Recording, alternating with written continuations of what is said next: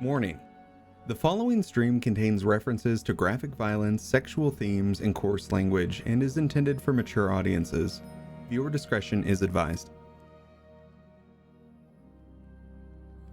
Oh. Hi there. It's Drew. What's up? How you doing? You ready for some vampire fun? Well, let me tell you. We got all the fun tonight. Just to give you a little bit of content warning, around the hour and 30 mark to about 2 hours in, there is possible triggers for psychological torture and for self-induced mania. But with, that being said, enjoy the show. Goodbye. Oh, now you record? Hi. Hello. Hello, everyone. I'm done. We're just gonna edit that out. Hey, how you doing? I'm Drew, your humble dungeon daddy for the evening for Crimson Conquest, Secrets of the Bloodright Bastion. This is the beautiful vampires. Look at them all. They're chef's kiss. I'm gonna take a little snapshot and make a little Christmas card, and then we'll just Photoshop Caitlin in, and it'll be great. Speaking of Caitlin is out for today's recording. However, don't you worry. Me and Caitlin are doing a recording tomorrow, so it doesn't matter for you. It'll all be in one big thing tonight. Wow! Seamless. I have things to shill today. Are y'all ready? I'm not. No, I am actually. I Are you? checked my schedule. Oh, okay, good. Hey, do you like bonus content? Do you want to hear Jakey slapping around a condom full of wet dog food? Well, eventually that'll be on our Patreon, so go check it out. Currently, we have 3 different tiers. You can check them out. They each give different stuff. The top tier will get you a shout out and a bunch of other cool stuff like maps and recordings from cast members and a monthly Q&A. Woo! But yeah, that's oh god, I just had a stroke. Always have a stroke of on genius. Stream. It is. Thank you. You good, bud? I thought I was ready for tonight. There it is. Oh, straight out the bottle. Straight out the bottle. Sitting there doing the archer, just one finger out. Yeah, like. But also we have other things to discuss. Are you ready? Here, paper for Spotify listeners. Beautiful. Ian, you got 5 inspirations last session and a bless that you'll get to use at any point in time during the game, just once. For one roll, you will be blessed. Jakey and Jane, you both got 5 inspirations last episode. Rin, you got 4, and me and Caitlin got 3. So look at us go.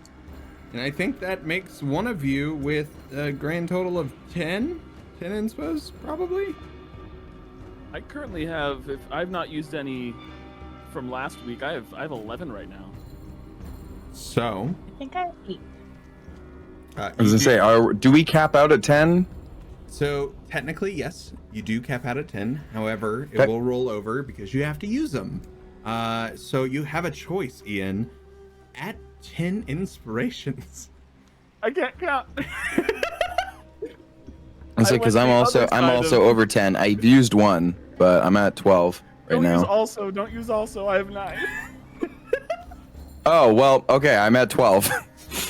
Jakey, and I guess everybody, when you hit 10 inspirations, what happens is either A, something really cool or maybe a magic item appears for your character or something cool like that, or you can choose to take a Bloodwell point for the blood tree skills thing that Jakey has been hard at work on.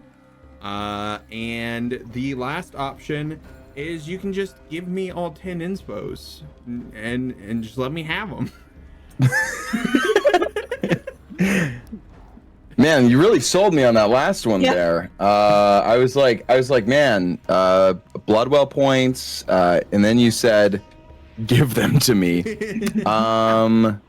So, Jakey, could we have that again with the dramatic hand near the camera, just for the nails? Give them to me. Oh, All stunning. of your inspiration. Also, thank Incredible. You can have Yeah, them. just organs. I don't want them anymore. The organs are the points. Yes. You know what? Cause they'll carry over. I'll man, I really want to. I love throwing a wrench in your plans of the 10 inspo, but you know what? I'll start because I'm really happy with the system because it'll be done and out real soon. Because the hard stuff is finally almost over. So you know what? I'm gonna give myself a Bloodwell point. So I will keep. I have 2 inspiration and a Bloodwell point. Wowie. Beautiful. How exciting. Cool. I I'm also, gonna put brackets extra. for those watching this in stream, I have lowered the threshold for giving inspirations to the players. Just throwing it out there. It used to be. You've lowered the bar? It used to be 4,000 chaos points. It is now only 1,000 chaos points. Will it change to a higher number? Who knows? Probably. Yo, I'm about to ruin the economy right now with inspiration. I'm gonna be real. We talked a little bit this week about how I'm keeping this fucking ship afloat, and Drew, you're giving me a fucking aneurysm every 5 minutes, let me tell you. What do you mean that the Patreon content is Jakey slapping around a wet condom? What does that mean? Boy, howdy, I can give context to that. So here's a little fun deviation because mentioned it last time. In League of Legends, the character Zac is a giant amorphous blob dude who fights, and to make the sound effects of slime punching someone, the dev team took a condom, filled it with wet dog food, and hit it against things and recorded that. So to make Hastur sound effects, I'm gonna record Hastur sound. Maybe make it sound slime, maybe slapping things around. I guess it was a joke at first, and now it's canon. It'll be Drew, I have a question. Actually, you know what, Ren? You're the person on the ship, like, bailing out the water, and I'm the one over the side putting water back into the boat, you know? It's the vibe I get. Or poking holes in the boat. Yeah, that's Yeah. It has to drain somewhere. A, remind me never to play Sea of Thieves with you. And B, is this going to be expected of all of us? Because I'm not sure you want Astrovel's noises. You know what? It's Patreon, and we can. So, you know what? Let's do it. Patreon, bonus content. You know where to go. Probably. If we It's get in our link tree. 50 patrons, I'll draw an Astrophel body pillow. Boom. If we get 100 Patreons, I will get a condom full of wet dog meat and slap it against something real hard. We're gonna start one of the episodes. I'll be like, "Hey guys, how's it? Oh! How did you get here so fast?" You're in my walls.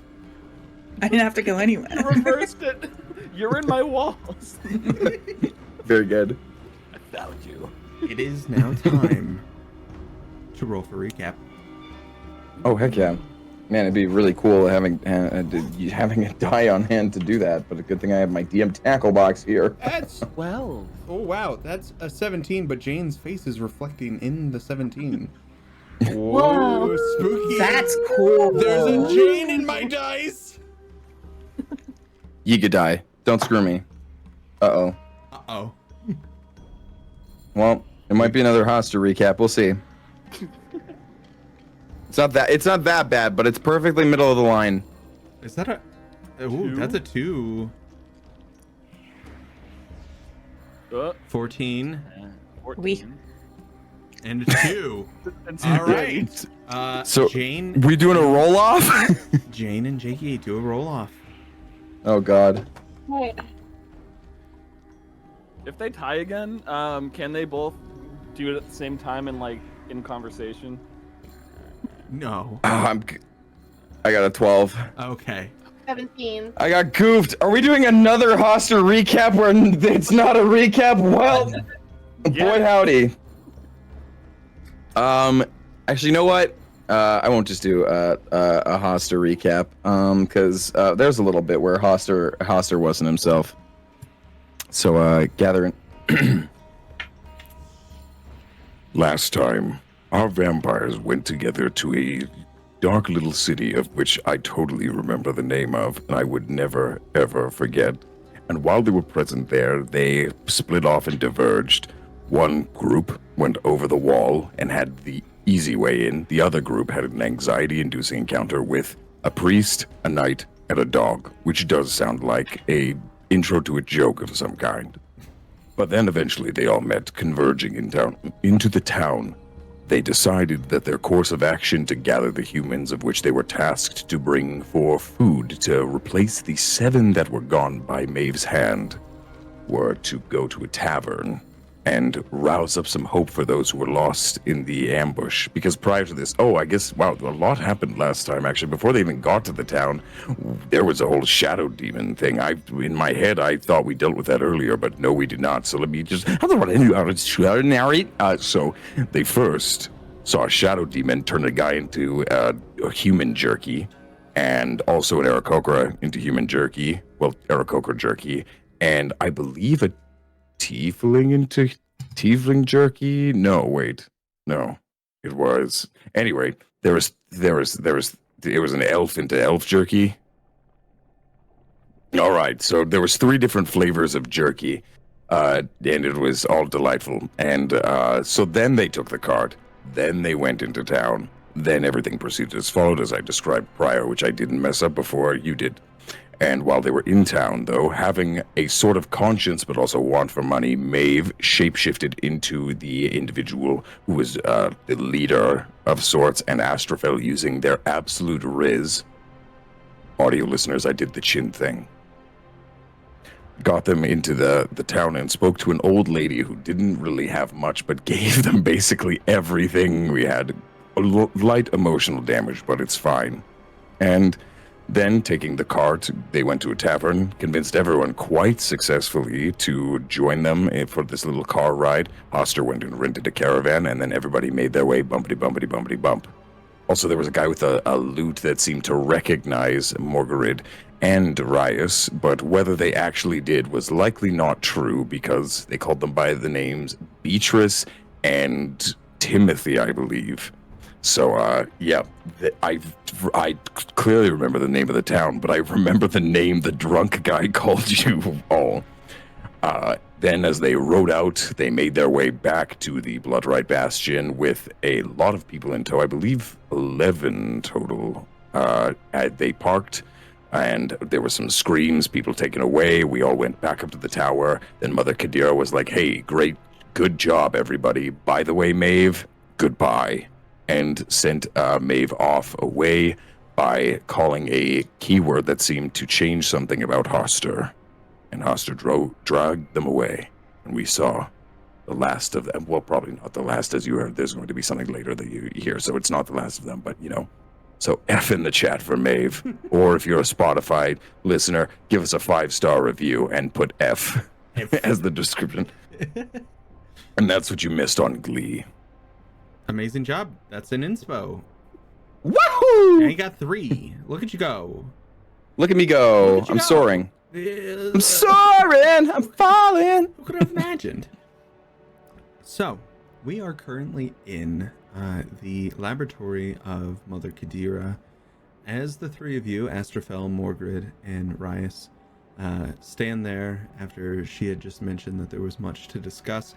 The 3 of you see this amalgamation of smoke creeping in from under the door and forming into a figure in front of you. As the smoke begins to dissipate, you see a lit cigarette hanging in the mouth of someone you've met and seen before. This is Elacius Descartes, the human. As he stands there in front, he looks over to Mother Qadira and says, I'll take it from here. Good. Come with me. Come on. Okay. Oh. Let's. As he keeps looking back over towards Mother Qadira, he kind of opens the door and ushers the 3 of you out. I'm gonna give her a quick bow before we leave because I'm not rude. God. Well, I'm Very nervous. intimidating feminine person in my life. Damn right, I'm gonna give them some fucking respect. Let's go. big scary lady, you know? Yeah, right? A giant woman. Giant woman. All I As wanna the- do. Don't. My ukulele's right beside me. I'll fucking do it. I'll fucking do it. And then I'll do Hastur's rendition of it, and let me tell you. Bonus Anyway. content on Patreon. Check it out. Slapping a condom. Slapping a condom as like the bass, you know? I thought that's how you're strumming those strings.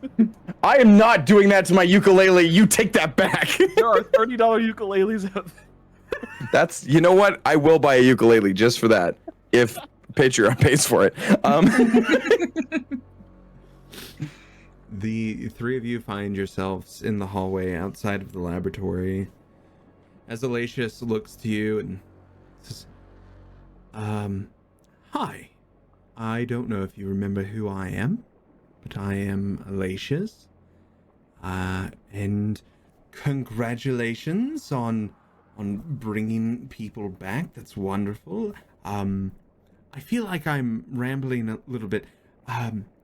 I have been told to gather the three of you, as you are going to get a treat, if you will. Where's Hastur? He went to attend to some business. I'm sure he'll be along shortly. Good to know. Wonderful. Well, follow me, and I will take you to where we need to go. As he starts leading you down this hallway, this just like plume of smoke flows from behind him, kind of hits you all in the face. Very strong hints of like tobacco and like rose hip. It's almost like a very sweet tobacco. So cool. Smoking isn't cool, kids. This guy is just cool. If you smoke, you do your own thing, but you know, do what you want. But this guy just makes smoking real cool. That being said, I do not condone. I'm not here. I'm not in view. Hastur's gone. We are in no way paid by Big any tobacco. tobacco company or anything. Don't call me. Don't call My me. favorite sponsors of this are Go Army and Big Tobacco. And also oat milk. Actually, though, I still need my not a sponsor button so I can flash that on screen. We'll get that back. Not a sponsor. Not a sponsor. This is a bit. Not a sponsor. As he is leading you all down these long corridors, there's... it seems to be a rather cloudy and hazy night outside when you pass by the windows. A lot of fog has rolled in. Are we sure it's not just the cigarette smoke? I was gonna say, it seems to blend in almost with the smoke that he's exuding. We get it. He vapes. Right? Just like, all right, we get it. God. Ripping those fat O's, dude. He's going there. I hate that you said that. He begins leading you down this hallway and down the staircase. Astrofel, you might be familiar with this as the way to go to the farm. He continues walking, occasionally looking back.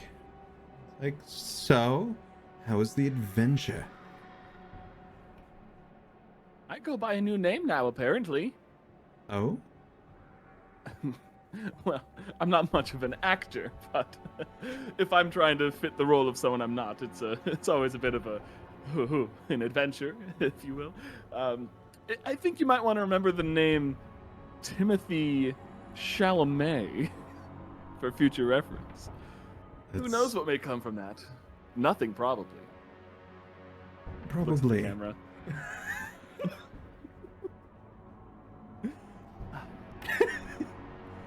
That's all. Yes, we had a little fun. Put it that way. It's always very good to have fun on your adventures. You never know when it might be your last. As he kind of like moves around this one corridor and stands in front of these double doors, he says, well, your treat My lovely little pups, you are going to get to feed today. Huzzah! You all look so enthused. I don't think the children understand what that means. It's my On first time. what? Oh, People. as he kind of pushes the door open, you just see this hallway of cells and other small, like, little areas. This atmosphere of despair and hopelessness kind of just out of the room as he says, "You'll be feeding on the living, of course. That's what you do, you vampires, you." Do we get a choice? You do. Oh Have my at gosh, it. so exciting. Just And I'm one- gonna start like strolling down, like as if like I am like window shopping, basically. Do be aware, just one. I need to go find Hastur.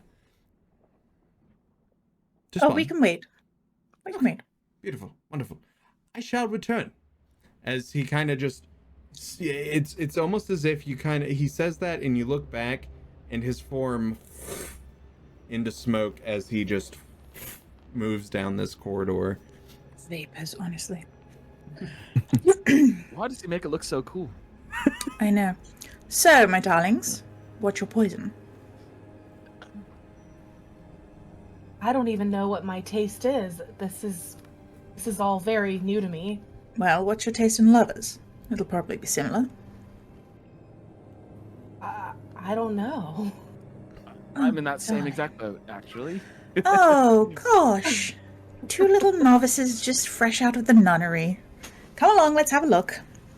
I just All I kind of do like is kill people. I drag don't you, love drag you people. both as we kind of like just walk from cell to cell and like Astrofel's like, now this one is a tall, burly sort of, very tall. Oh, okay, hello. Interesting. Hi down there. Do you know, you could probably get a good drink from him, but the question is it going to be more kind of gamey given the muscle density? Huh. They Whereas told me to do nothing but deadlifts in here, so that's what I've been doing. I think I'm something of brainwashed, magical charms and all that. Watch me do a deadlift.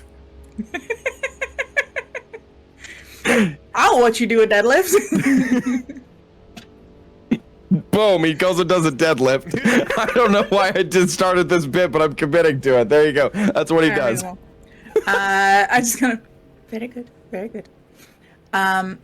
We move on to the next cell where there's like probably like a halfling who has lived a much more comfortable life. And I'm like, whereas this one, you know, height is, you know, very much not an issue here. Also has led a more rich life, probably a little more fatty tasting, maybe with the essence of their luxuries that they have enjoyed. These are all I used to own a things that- vineyard. Quite delicious it was. So this one was privileged, you say? One Yes. might assume. I think I'll give that one a try. Okay. Halfling luck, they call it. Some call it halfling privilege, you know. My pale, fair complexion in this wild world of things. Are there any? Sorry. This is good. Incredible. Are there any mer people here? Are there any more people? Where's the tank? And if we're honestly looking at a menu, then it's a vineyard. If we are looking at a menu, I would also love to know if there's any maybe former magic casters, magic users, spell binders. Oh, just look for the ones with the very dark iron cuffs on. Okay, that makes sense. Really dampens their gifts. All right. Exciting. Okay. And I'm gonna also try to find a magic user who is still of right mind at the moment. as this is going on, Hastur, you have deposited Maeve into the deeps. You've made your way back out, and as soon as the door shuts, either how are you exiting? Are you doing it in your classic, just like blah, blah, blah, under the door, or are you still in that like very humanoid form? Hastur in that humanoid form has like a very like heavy set kind of similar to the like bad monsters, that almost gorilla like build, where Hastur is more like kind of rotund and just like flowy. This is something that looks a little more rigid, and so Hastur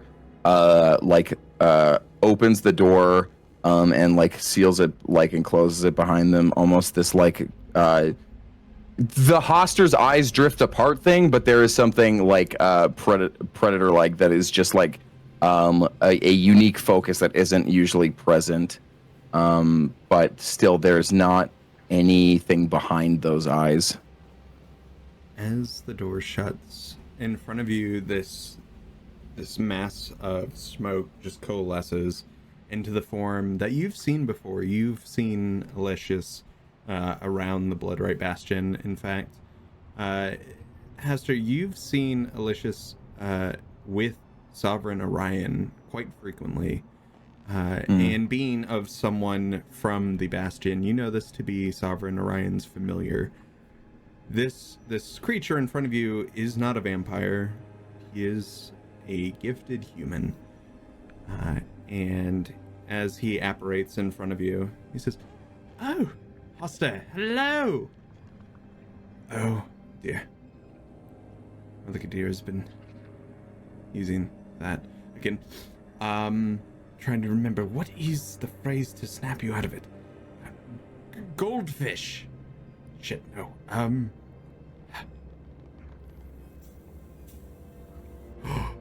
Is it? No. Shit. I'll remember it. Follow me, please."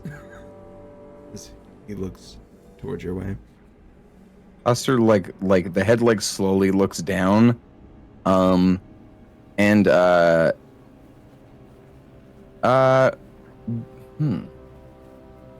Hastur follows, but like as Hastur's following, there is probably like a good like almost like perfect like 5 feet behind following,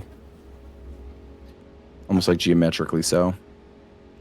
Hastur, if you can hear me, big guy, you get to feed today. Aha, wonderful, great. I don't think any of this is going through. I'm just keep following me. And he makes his way. As the two of you are making your way back, Astrophel, Morgrid, Rias,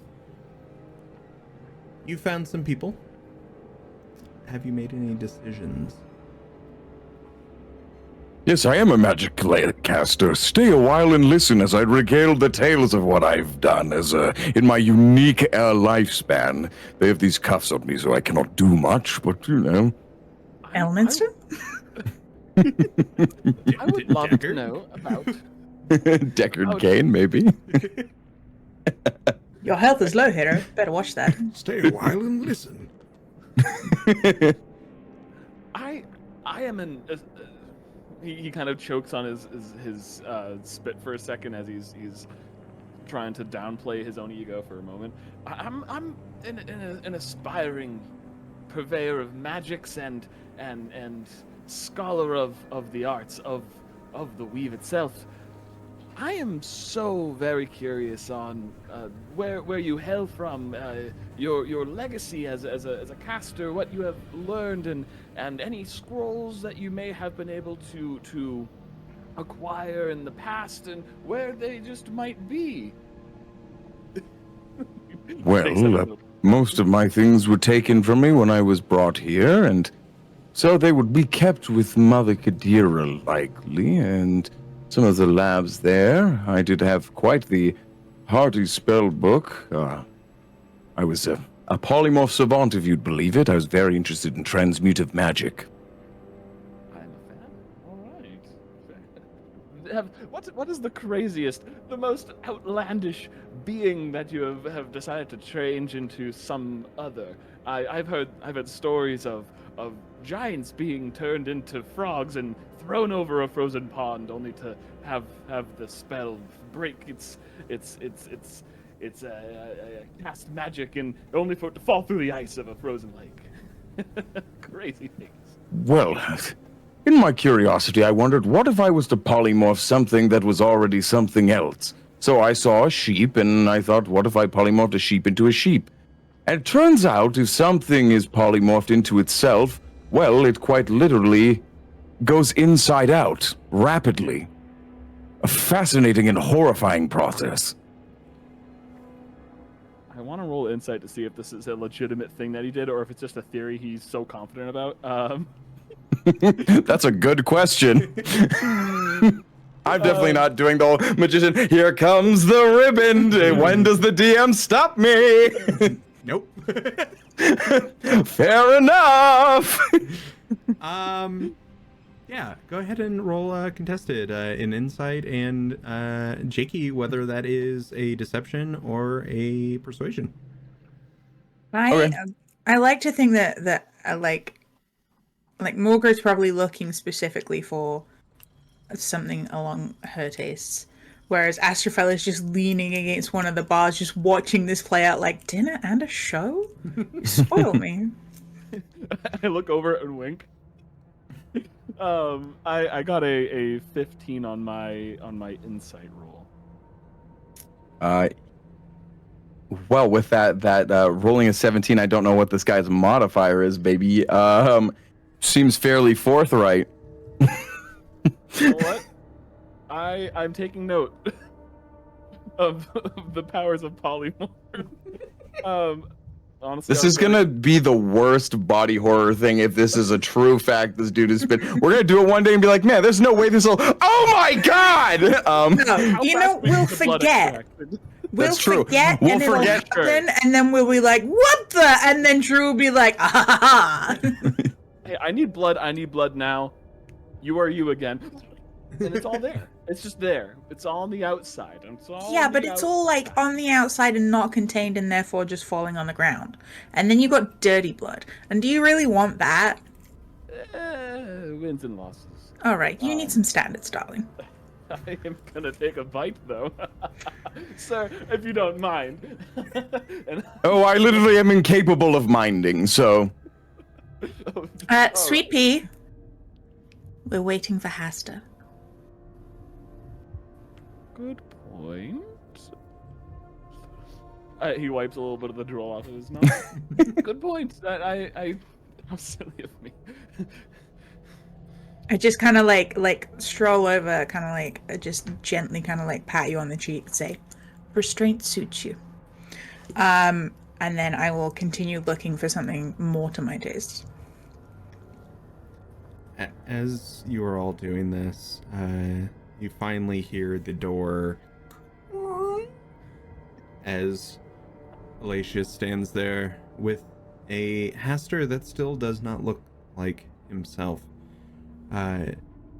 Aloysius walks in and says, Astrofel, do you happen to know how to get Hastur back to Hastur? Do I? I mean, I imagine, like, having been around this situation, I know that there are certain words, but I don't imagine I would be privy to what those words are unless I happen to have seen it.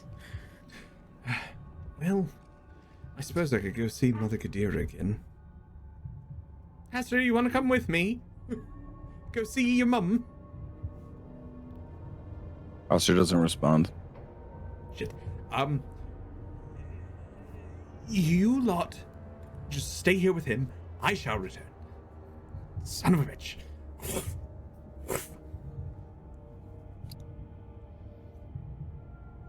Was told would feed. Soon, Ducky Pie. Soon. For now, we wait. Is that okay? Yes. Good. I'm glad. I kind of turn to Reese and go, yes, we are still waiting. I'm more scared to move at the moment, I will admit. I think that is a reasonable thing, but we are not his target. Therefore, we are fine for now. He takes out his notebook and writes for now. I turn to Morgred.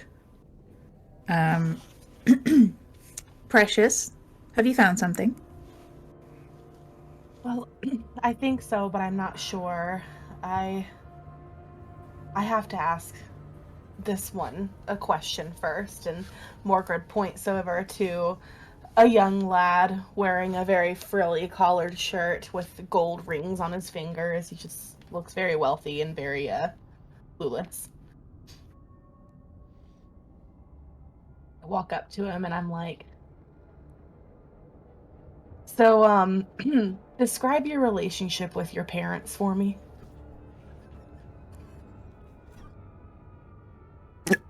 I was drinking, bitch. Well, just giggling, not taking this one. Well, Mama and Papa were quite fond of me in my youth as I was a young lad. They trained me in the art of fencing and all those things to the like, but, after I lost a duel to my eldest brother, I was no longer in their favor, so, it went from having no issues to having mommy and daddy issues, you might say. Okay, well, not you then. I've lost my appetite. I could tell you more about my mommy and daddy issues if you'd like. I'm very open to share about this. Nobody asks me these things, and you seem like someone who's willing to listen. I'm just gonna, as he's kind of poking his head through the bars, I'm just gonna put my finger on his lips and push him back and go, shh, quiet, good time now. Fair and reasonable. I will fade back into the background. Okay, what about you next to him? You, princess. And I point to this girl wearing like a little tutu and, I don't know, sparkles everywhere. I'm like, what about you? Your parents, were they good to you? You have a good hated them. They made me dress in pageantry dresses. They put me on display. I brought them here. Okay. I don't know if I'm gonna find anybody that I want to drain. Darling, what are you looking for? Someone whose parents loved them. Oh, all right. Kind of scout around, kind of like. Someone spoiled. I'm gonna look for someone who's clearly had a good life, like a luxurious living standards, but somebody who looks sad, as if they are being missed, and they're aware of that fact. Damn, we going places with this episode. I am so sorry. Yeah, I imagine there's someone like that in here, right? Absolutely. Sure, okay. They are, I don't know, half elf. You know, sort of like that kind of awkward scrawny age, where like they shoot up but they haven't shot out yet, kind of thing. Yeah, fine clothes, but clearly a kind of glum look on their face. You there? Are you missed by your parents? Did they love you very much? Every day I'm missed, yes. I keep looking at Drew, and Drew keeps being like, do it, ass, dance, monkey, dance. Yes, well, I miss them quite a bit, and they miss me. I turn to Morgred.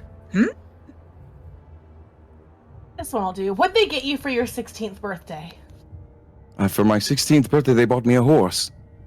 Yeah, I want this one. There we go. Thank you. I miss old Buttercup. You'll see Buttercup soon enough. I'm gonna turn to Hastur. Have me and Hastur been down here before? Like, together? I would assume so.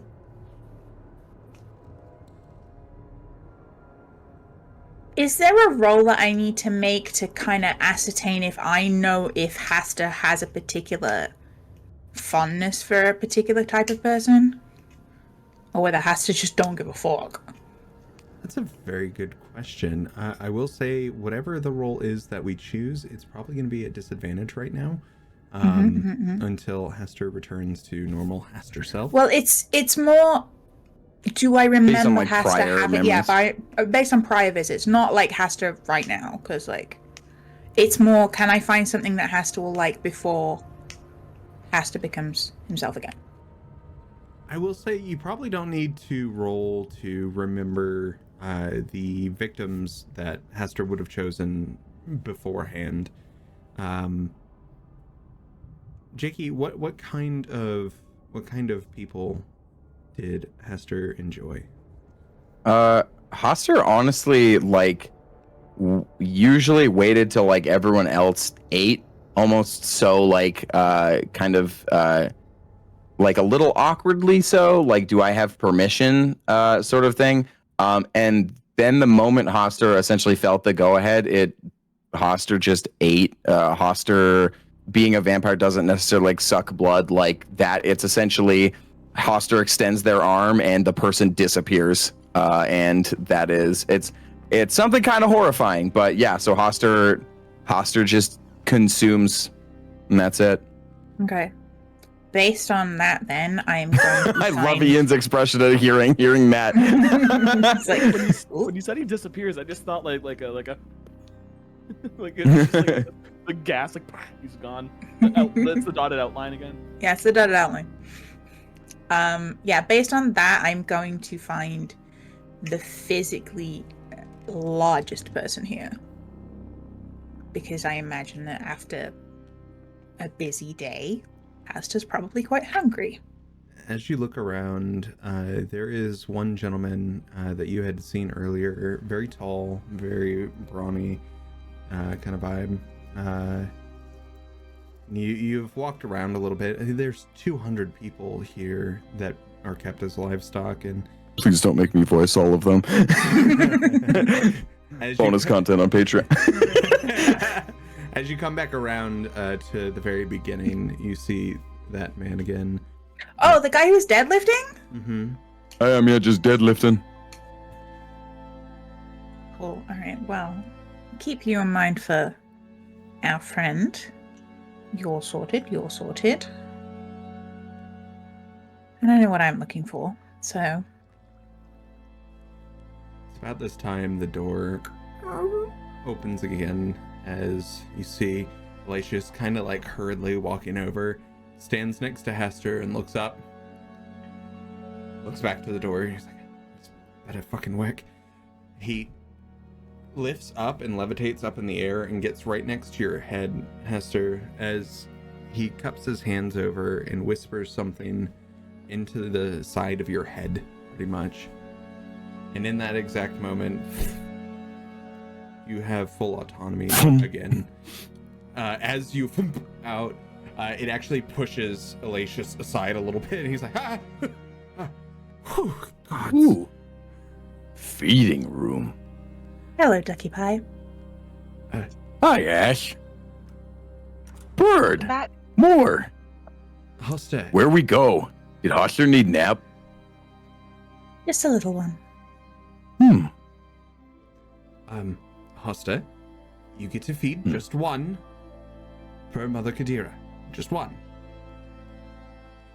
One. One. Thought you might like this one.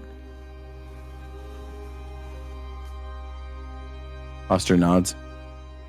Hastur does step near the back of the wall, though, assuming that no one has eaten yet. Is it Oh, by all time? means. Yes, go ahead. Feast until your heart's content.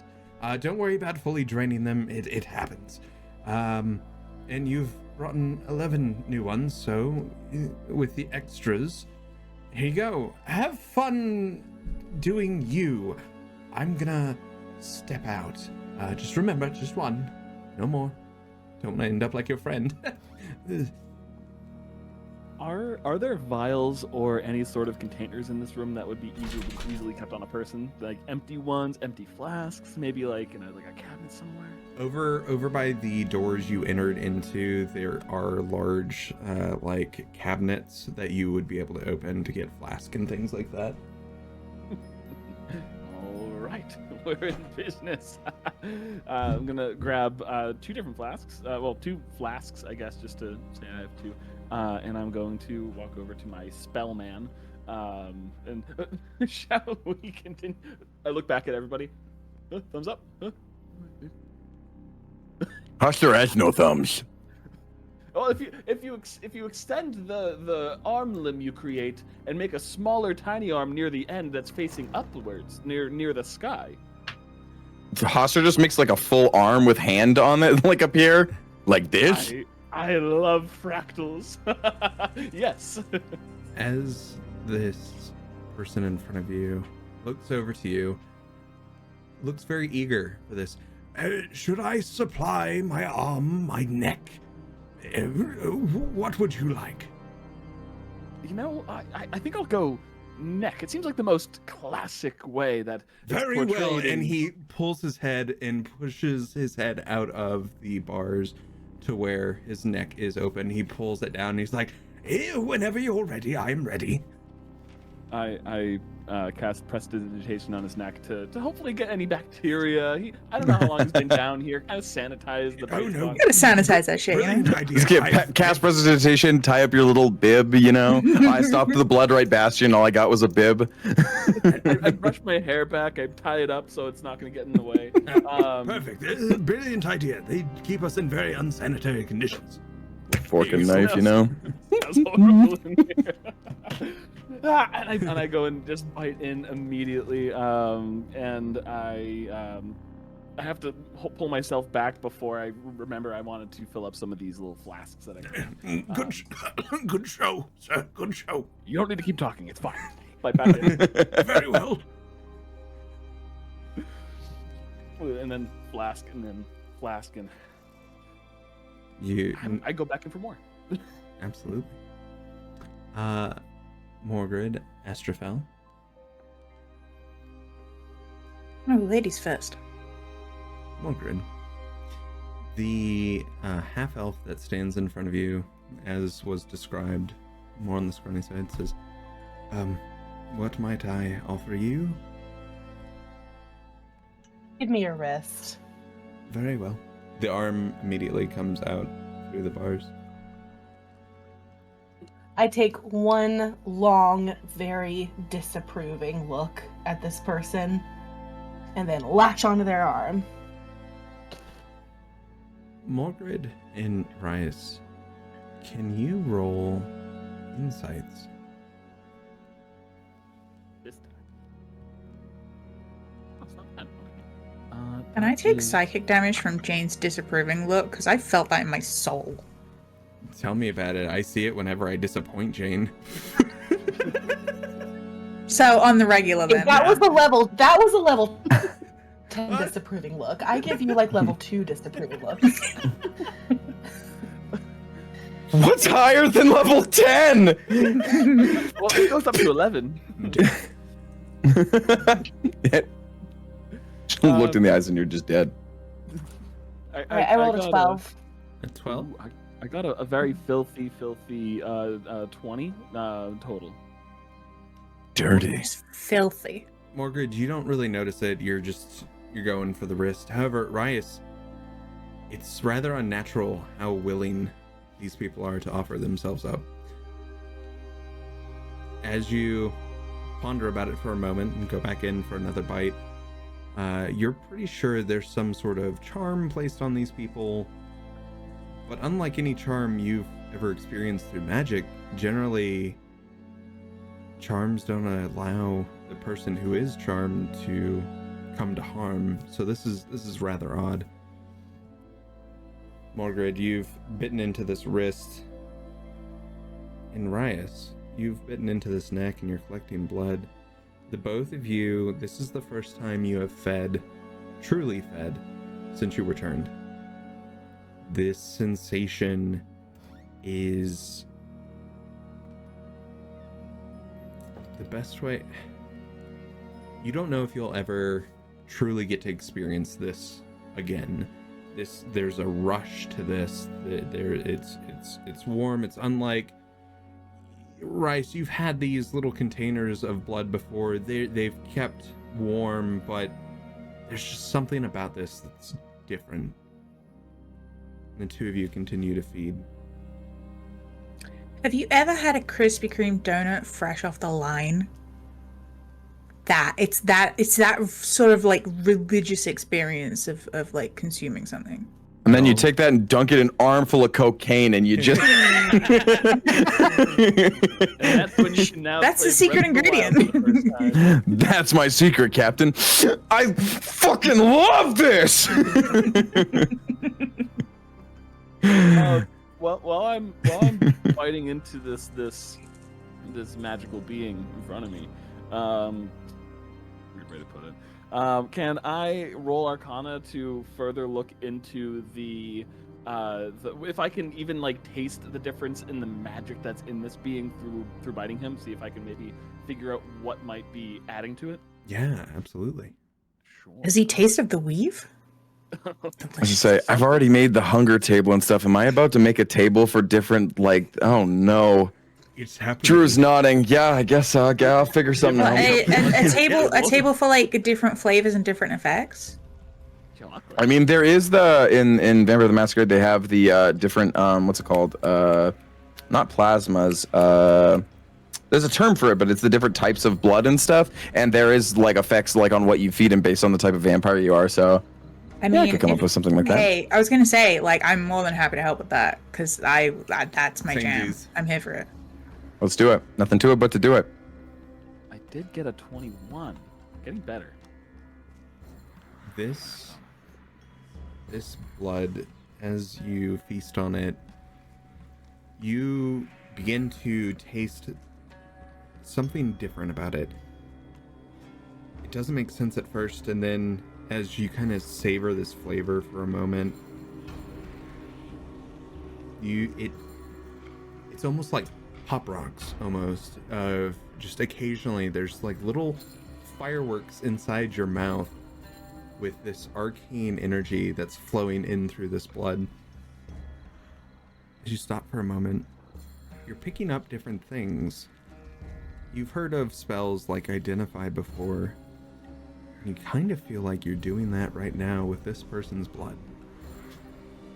As you pick up flavors of transmutation, of enchantment, a little bit of evocation, all these different magical properties, you can taste notes of each one.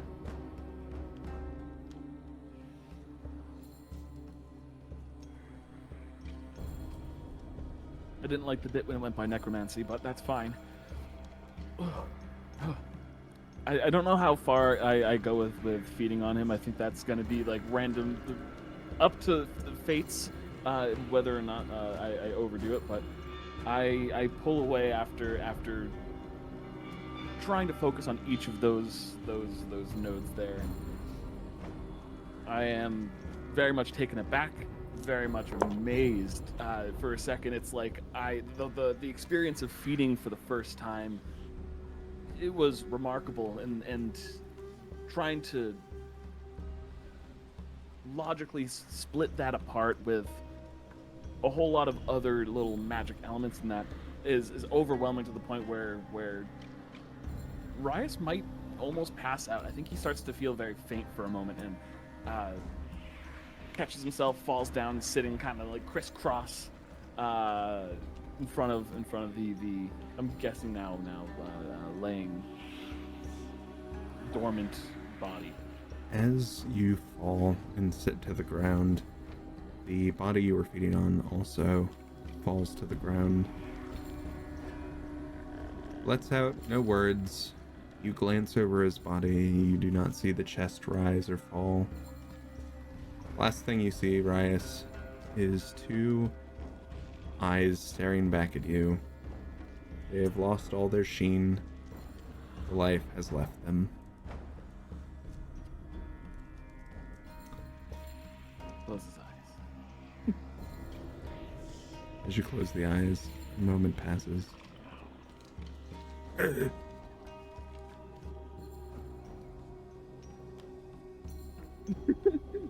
you alive, sir? You look. The chest still is not rising or falling. Obviously, some things happen after death, and it must just be gases or something. Spooked me. Jump scare.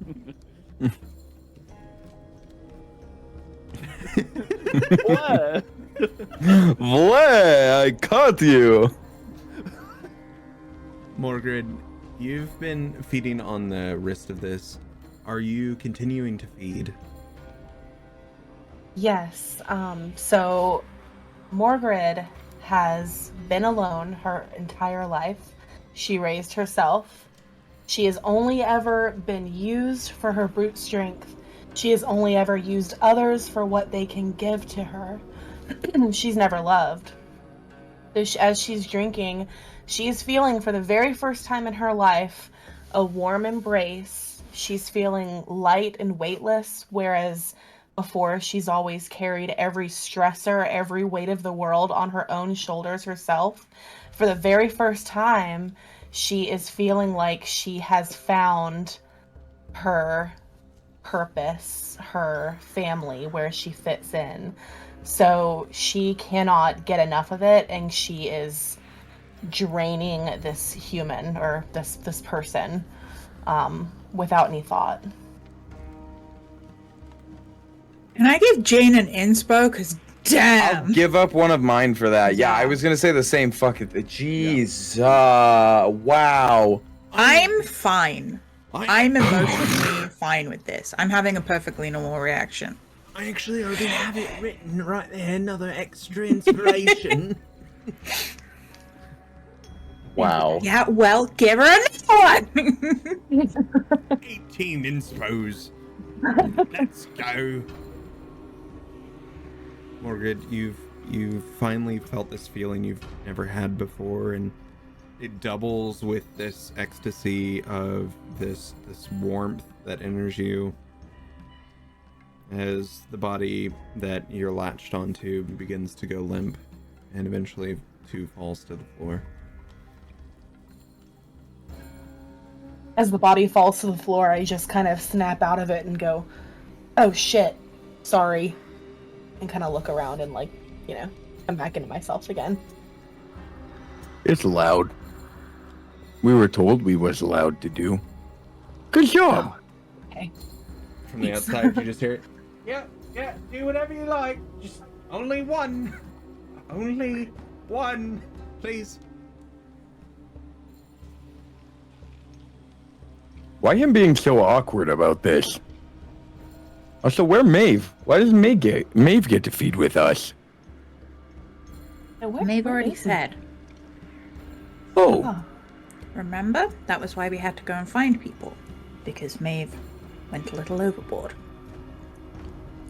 yeah, but Maeve helped with us bringing here, so Maeve should get to celebrate with us this little party.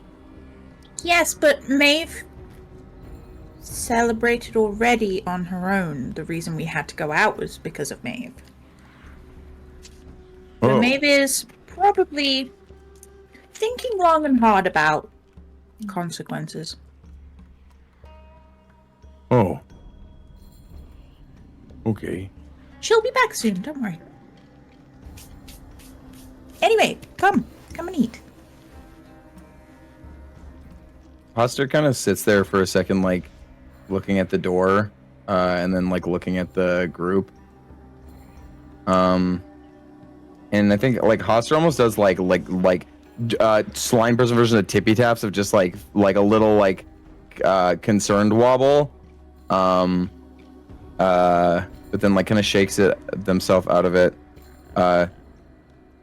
Ashley, you not eat it yet. Well, I'm not going to eat alone, am I? Come on, Ducky Pie.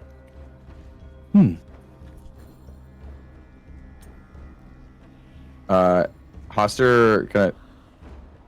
Is you gonna feed how you normally feed, or are you just feeding today?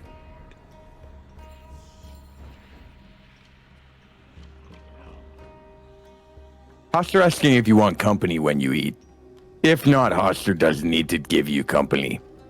Because Hastur doesn't necessarily need to sit in corner and watch.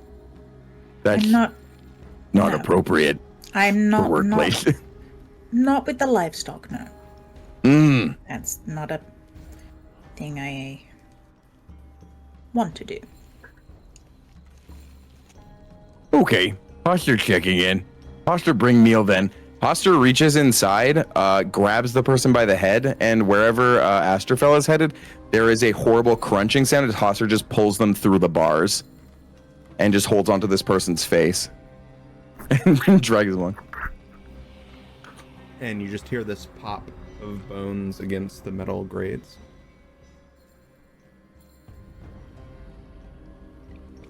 Aren't you glad you finished eating already? Bananas.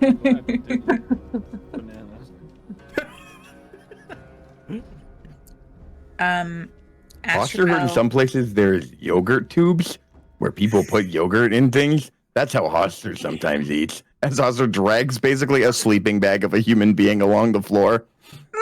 Go good. I feel like I missed out on the opportunity of the meat puppet incident as a title this episode. Go-gurt. Yogurt on the go. Not a sponsor. I'm gonna take editing privileges away from you, Drew. For a wee second. Whew. Oh, hey there. Hi. Hey. Everything is a little red right now. Yeah, I mean, you just pulled a guy through the bars. I'm sure everything is a little red right now. Yeah, that's true. Astrofel walks down past a couple of meat bags and kind of stops in front of one. Kind of a lithe, young-looking woman, white, like white blonde, like platinum blonde hair,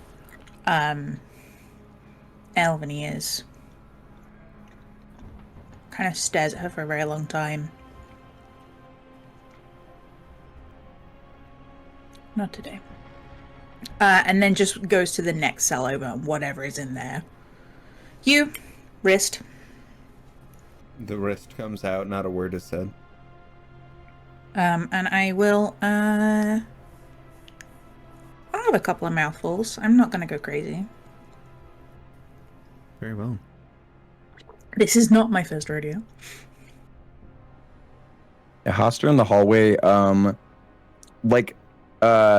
basically the what remains of this person gets thrown in the air, and like Cerberus to a stake, 3 mouths emerge from around and just tear them apart, and anything that is blood-wise, there is these small tendrils that just extend for each drop and just pull them in, and then Hastur reverts their form.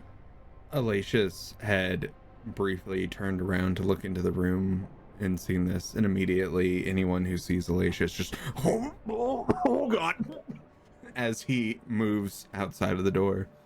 I kind of begin to hear some retching outside.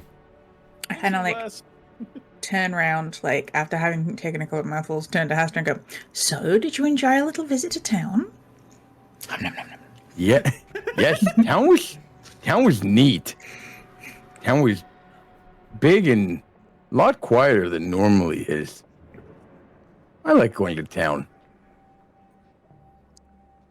Hastur just kind of like stares like vacantly. It's just like, is replaying what happened yesterday, but in their head is like, it's like it happened yesterday, but it's like literally like not too long ago. And in Hastur's brain, there's just like this little like cartoon, like Crayola drawn thing of just like da da da da da da da. It's very Meet the Pyro, you know, of like us going into town, like going over the wall. It's Morgrid like lightly like floating over, and then big butterfly wings emerging from Raya's floating over. and then all of us going to the bar, like playing some music for people to go on. Yeah, it's a very accurate depiction of what happened in Hastur's head as Hastur just smiles and nods. Does Hastur's cartoon, like, little Crayola character something turn into a Dorito when he goes into the bar? With the Yes, when he turns jacked, yeah, it's a Dorito with like the long fucking Fabio hair, and little horns. And it does, in fact, play the "I want to hear you pump this time," boom, boom. All jawline, you know. Incredible. I was gonna say, can we get that jawline? Thank you, I appreciate this. Audio listeners, please check out our YouTube for full jaw access.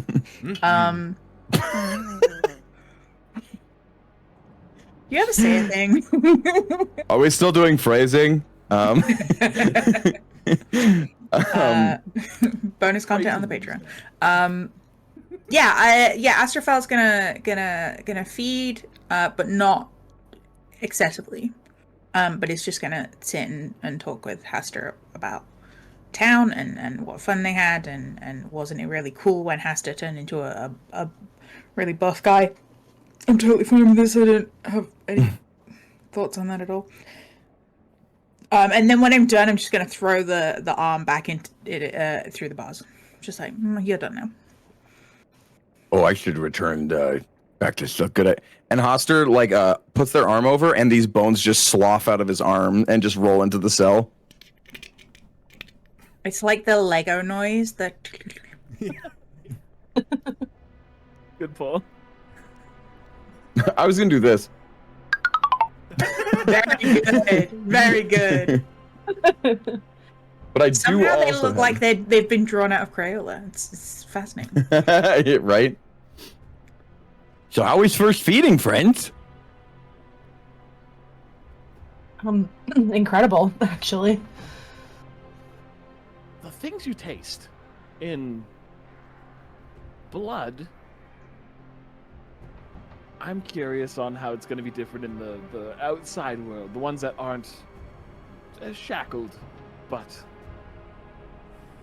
the things you learn. You'll realize that some people are acquired tastes. Some people are just endlessly delicious. How do you know the difference? Well, How can you tell? Like I say, it's partially down to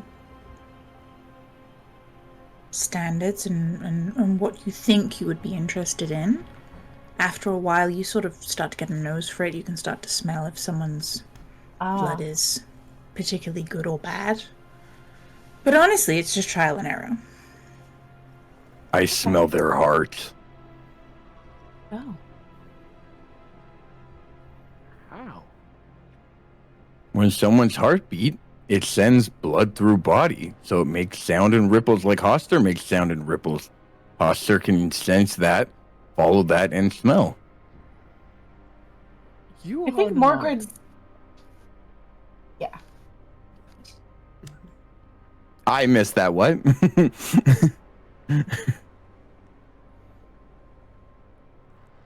From me? Yes. Oh, I was just saying that you are an anomaly. No, I'm ooze. And that is an anomaly. To me,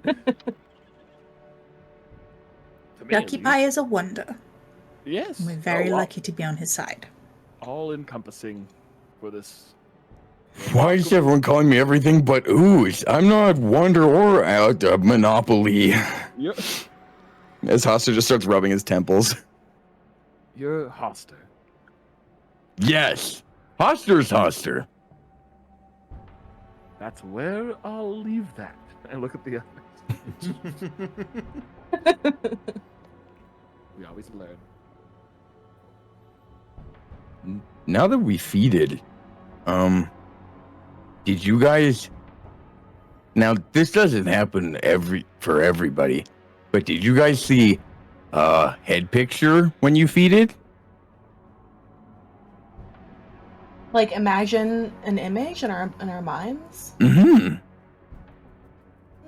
There's more of a feeling. Why? Do you see a picture in your head? Sometimes. Not always. Sometimes Hastur hears sound from people that's just screaming. Not sure if it's relevant, but sometimes Hastur sees picture. But if you get feeling, then what did you feel? Warmth? Happiness? I think. I don't really know what happiness feels like, but I think I just felt it. How do you not know what happiness feels like? I don't want to go into it, buddy. You shouldn't ask people that. Why? It's a very, very scary question. I've seen people cry at less. Really, really hurt by some of these. Well, I think Morgan's probably going to be more able to handle this just based off of what I've seen. You're a hardened and fearsome being in the world. It made me want to cry, that's all. Not knowing. And I'm sorry about that. For you. No, it's fine. It's fine. Timothy Chalamet, it's fine. I don't need I turned to Astrofel and I'm like, I don't think he's fine. No. They're right. Plap, plap, plap. Just patting him on the head. Hey, free hair gel. Yeah, it's just immediately like a quote thump. Very Jimmy Neutron immediately. I'll start to style it as like a mohawk. Be like, yes, I can. Feel very rebellious now. I love the idea that you style it as a mohawk and it stays there for like half a second and then just flops over. Hastur didn't know Hastur wasn't allowed to ask this, so sorry. Hastur just thought, Margaret was really cool and calm in town. And there was a few times when Margaret was dealing with the weird loot guy that Margaret smiled a little bit. And so Hastur thought Margaret knew what happy was like. So Hastur, I guess, is trying to figure out what happy be like if Margaret doesn't know. The depth. Well, Hastur, there's a difference between happiness and amusement.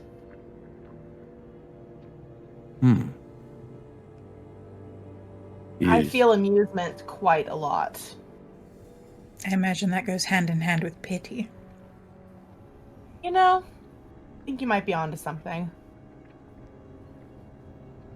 Amusement and happiness different.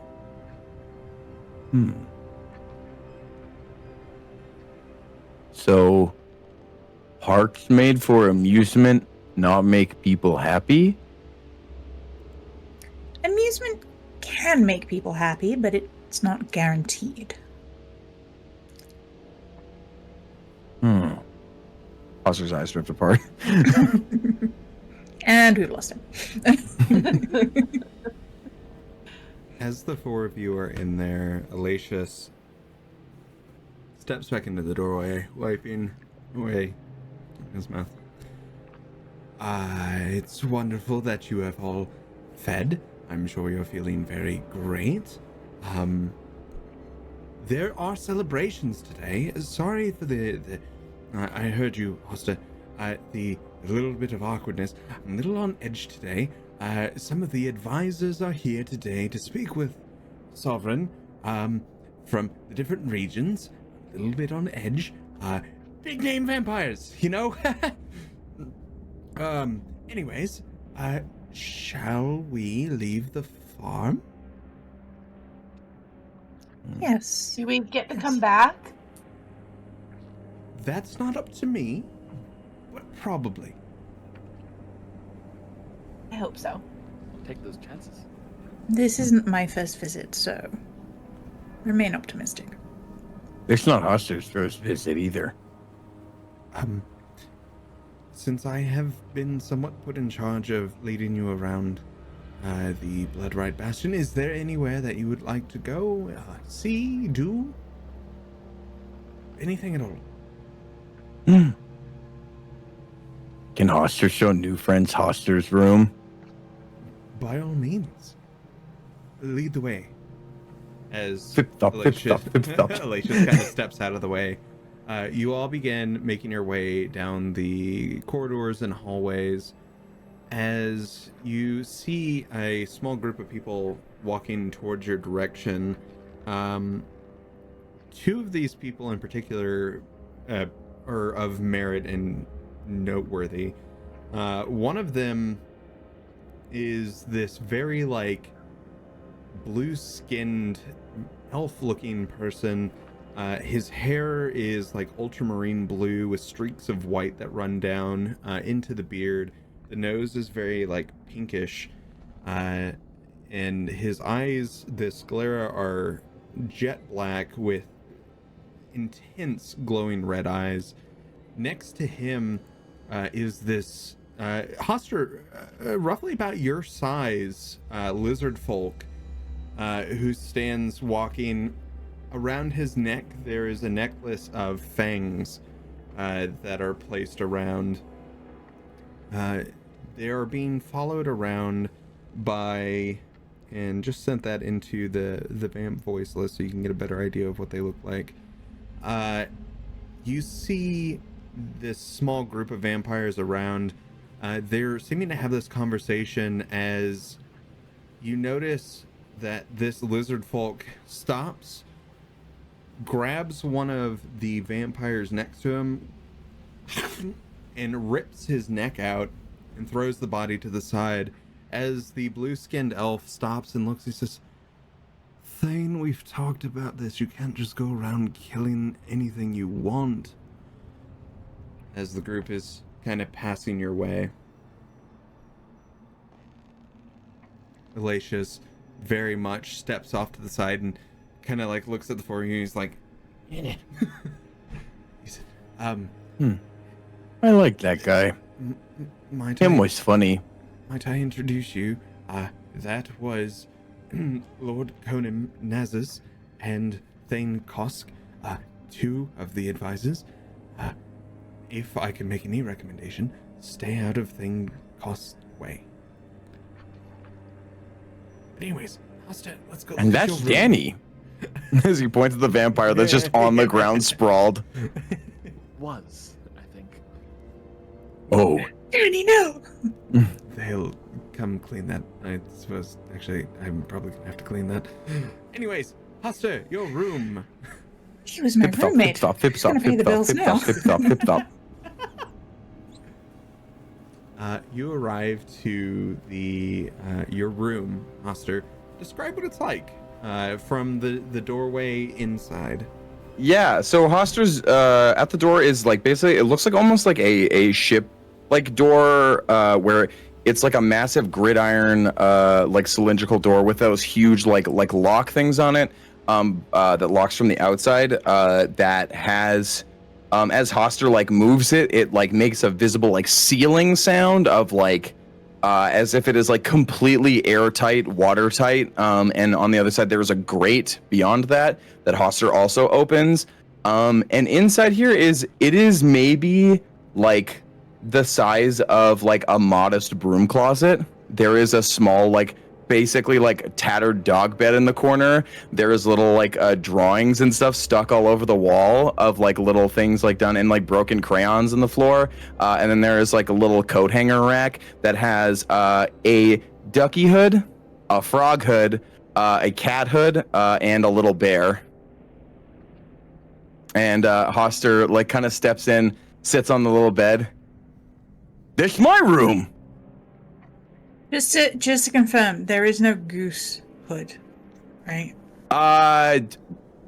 You know what? There's a goose hood. That's for you, Soup. That's for you. And you'll get to see the goose hood today during break. Honk. Very good. It's very good. His little angry goose and his little tassels are his little leggies. I love it. Anyway. Yeah, Hastur has all those hanging up along with the stuff in his room.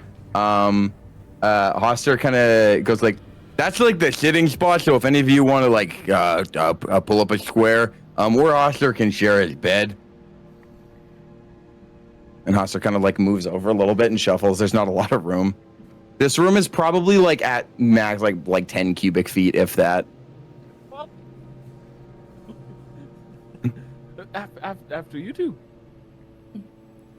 Morgard kind of like slides in, like back against the wall, like one of the little drawings kind of like knocks her on the shoulder, and she's like, ah.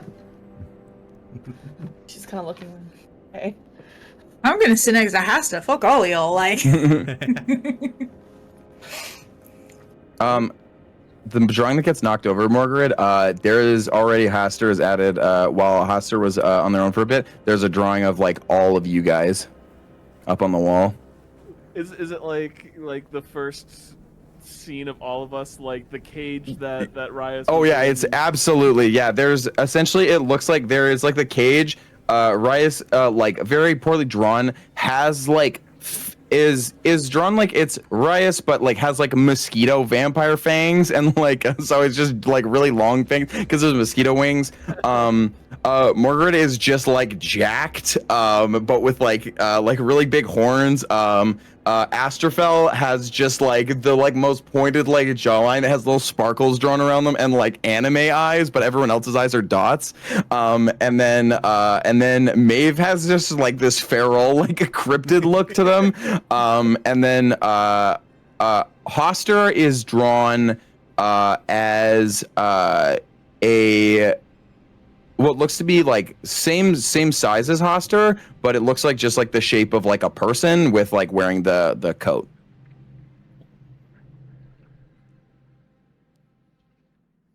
That is the sweetest.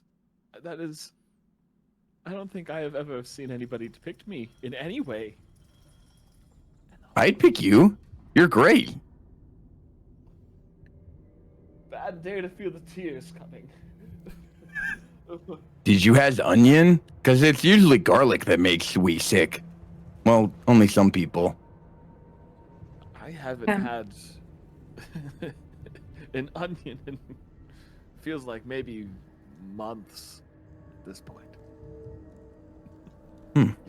Just for my reference, what does Hastur look like in Hastur's drawings? Hastur looks like Hastur looks more human than Ooze. Like Hastur looks like a human in the raincoat. Okay. And the raincoat looks much larger than it is. How small did Hastur draw himself? Like average size? Is Hastur a little? A little boy?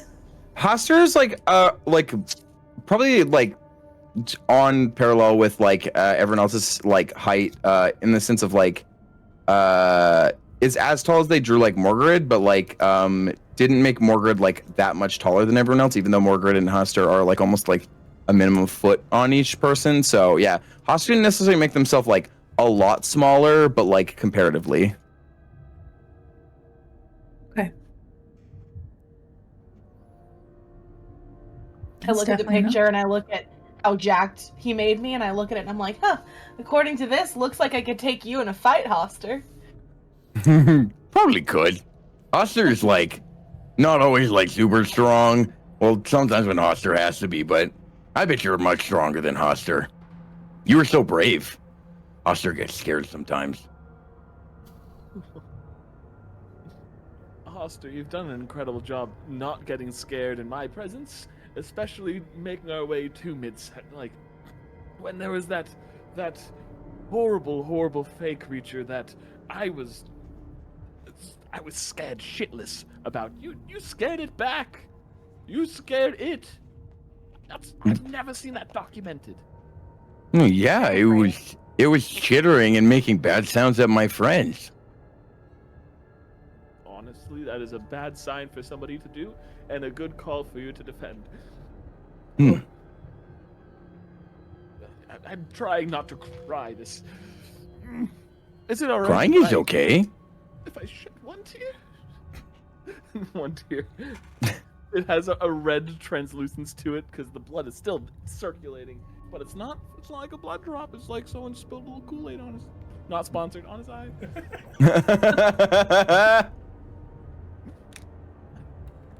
I think Astrofel's gonna kind of like hoist themselves up from the bed, and kind of kneel next to Arias and kind of like wipe away the tear and just kind of like one hand on the shoulder and go, "Sweet pea, It's perfectly alright to cry. If you feel like you can only shed one, that's fine. But if you feel like you want to shed more, that's okay too. There is no weakness in this. He goes in and just hugs, and he doesn't cry anymore. He just sighs in like the relief. I have not been a part of a group that hasn't been vampires in, well, it hasn't been crazy long, I guess, but those that I can understand and speak to and have camaraderie with. He pulls away from the hug. I think this is quite a bright spot for me here, and I'm quite happy with it. Whew, I haven't had happy times. Astrophel is just like, the minute like you hug him, he's just like 4 or 4. Don't know how to deal with this. Oh, didn't plan for this. Oh shit. But then you pulled away, so it was just like, yeah, it's fine. It's fine. Don't worry about it. Don't worry about it. And he steps like aside, not back away, but takes like a half step back and kind of composes himself a little bit, like ruffles his robes a bit, shakes his hair out a little bit, and what a nice room. What a nice room, Hastur. Thanks. Question. Hmm? Do we get rooms? And I look over at Morgred and like us too. We get our own rooms too. Is this part of the now being a vampire in the keep? Do you two know? Hastur's seen people get rooms and stuff, but Hastur knows there's limited rooms. So if you don't get a room, you just have to. Well, I guess Danny's room is probably open now, so there's at least one room. I've sort of been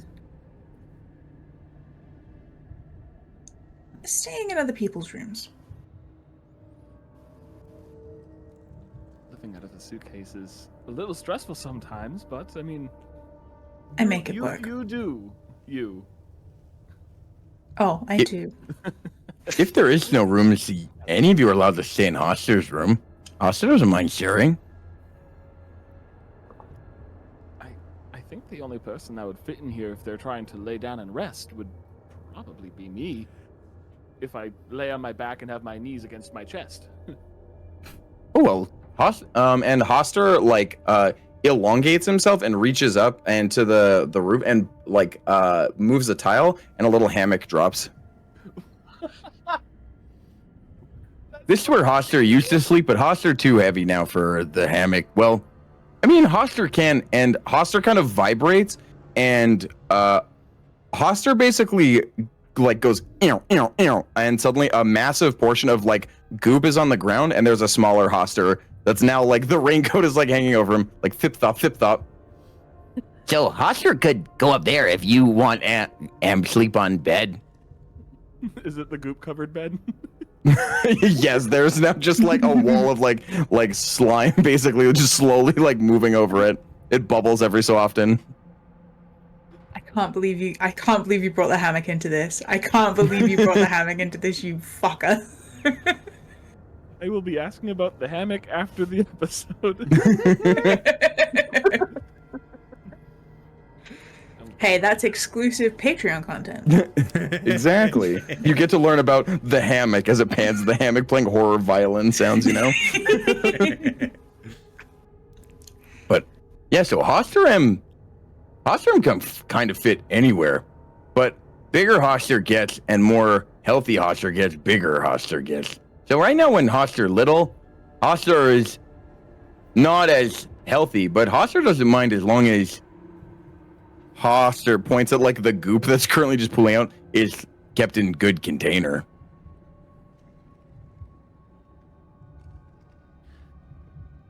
What is a good container? Like glass? I'm guessing a fully kilned, heated ceramic jar, vase, that type of thing. Or and Hastur, little Hastur goes flip flop, flip flop, flip flop, flip flop, and like not too far down the hallway, and then there's a sound of like almost like the sound of a teacher bringing in a TV, you know, that and brings in the large tank before that Hastur had mentioned, where it says like don't touch the glass like Startle Easy, and then Hastur like takes the majority of like themselves and slides that into the tank, and then kind of pushes that like off in the corner. It takes much less room. That's where Hastur usually has to stay, and Hastur has to stay there for a long time if Hastur gets in trouble. Or sorry, if Hastur gets in trouble. Well, we'll just have to make sure you don't get into trouble, won't we? The little raincoat head nods. He's like the size of a goblin at this point, basically. Yeah, exactly. The eyes drift apart and make that kind of like rattling sound. But yeah, absolutely. Hastur's like the size of a goblin right now. Still taller than me. That's fine. Probably. Well, I'm sure we could talk to Alatius about if there are spare rooms. As you say this, the four of you look out the doorway. Alatius is there watching a spider crawl down his arm as he grabs it and...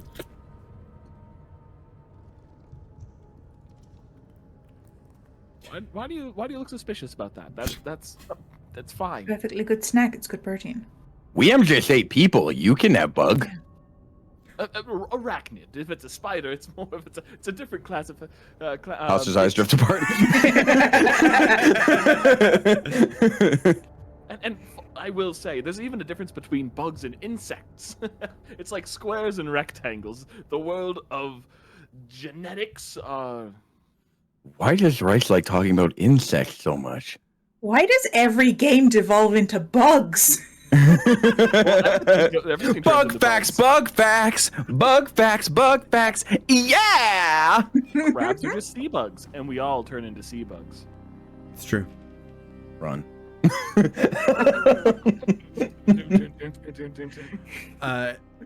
Alatius looks back to the four of you and he says, well, Hastur was onto something. Danny's room is absolutely open. So if I were you, I'd claim it rather soon. It's not the biggest room, but no offense meant, Hastur. It is larger than this room. Hastur's I room look at is great, though. Why would Hastur get a fence in here?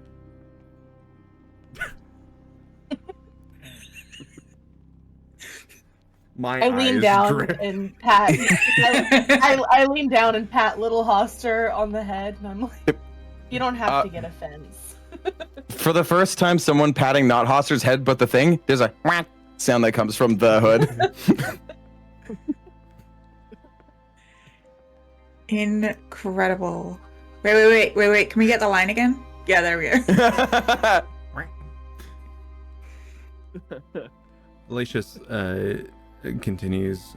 But yes, not everyone is granted a room here. However, it's kind of finders keepers at this point.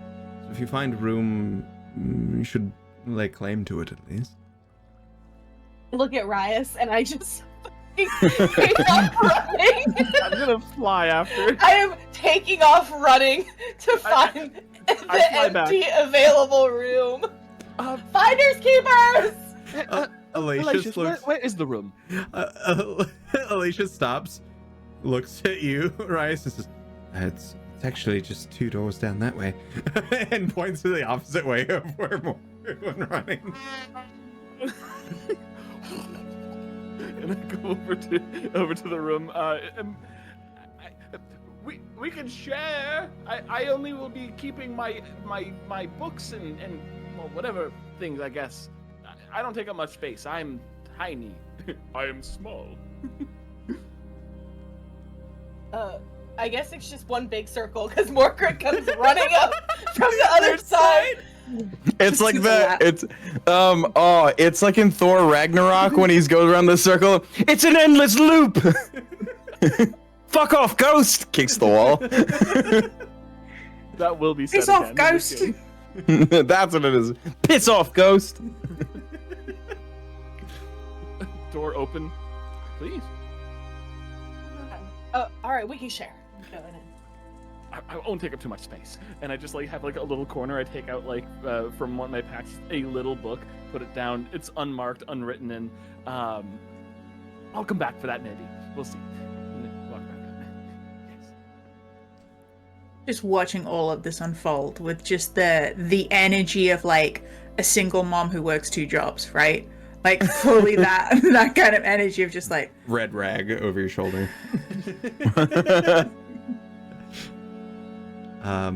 As the two of you... Am you going to be my roommate, Ash? I mean, if it's all right with you. The duck, flap, flap, flap, flap. The two of you, Morgred and Rias, inside this room, there is a bed, one singular bed. The room itself, realistically, probably about a 20-foot by about 15-foot room.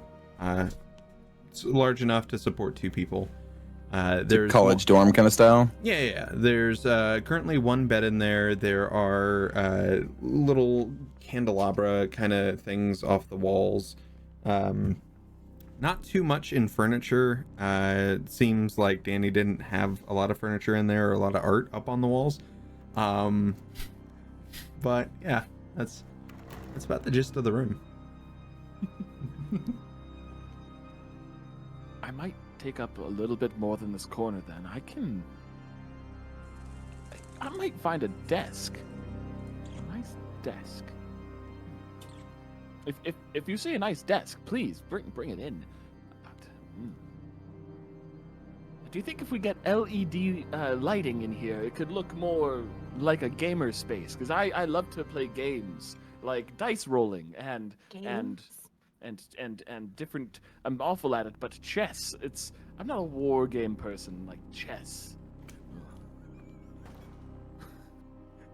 Hastur kind of peeks in with like a little piece of paper that they've recently added and goes over to where the wall there's no art and like puts something up. His little arms stretch up. Hastur likes games. Well, there's one game where they make Hastur wait for like a week and some. It's about the course of over a fortnight we have to wait. Hastur likes that game. You must have upwards to maybe 100 people playing that at once with you, huh? Number 1 victory royale. Why do I want chicken? Maybe there's a pub. Hastur fucking T-pose. Not sponsored. Something Gorax, am I right? Yeah. That's the book. 10 kills on the board right now. Just a cup tomato. That's gonna be in my head forever. Thank you. Wait, question. Rice is looking for a desk. In the first sode, we placed down the Gorax book on a random table that was just kind of sitting there. Is that table of any importance? Nope. Cool. Hastur's gonna go on over, and tendrils wrap around it and just lifts it. You said you wanted desk? I love the idea of like little Hastur just like going underneath the desk, the tendrils coming out underneath and just lifting it slightly, and then He's like a car jack. Yeah, right. Exactly. He's got very pleekly feet going on. Oh, this Incredible. is so exciting. right in here, right against this wall, candelabras, 1, 2, desk in the middle. I look over at Morgred. Is it whom? Whatever you want to do, I don't think we're gonna have a lot of leisurely time in this room. At least what is leisure? I'm here to work. My new life as a vampire.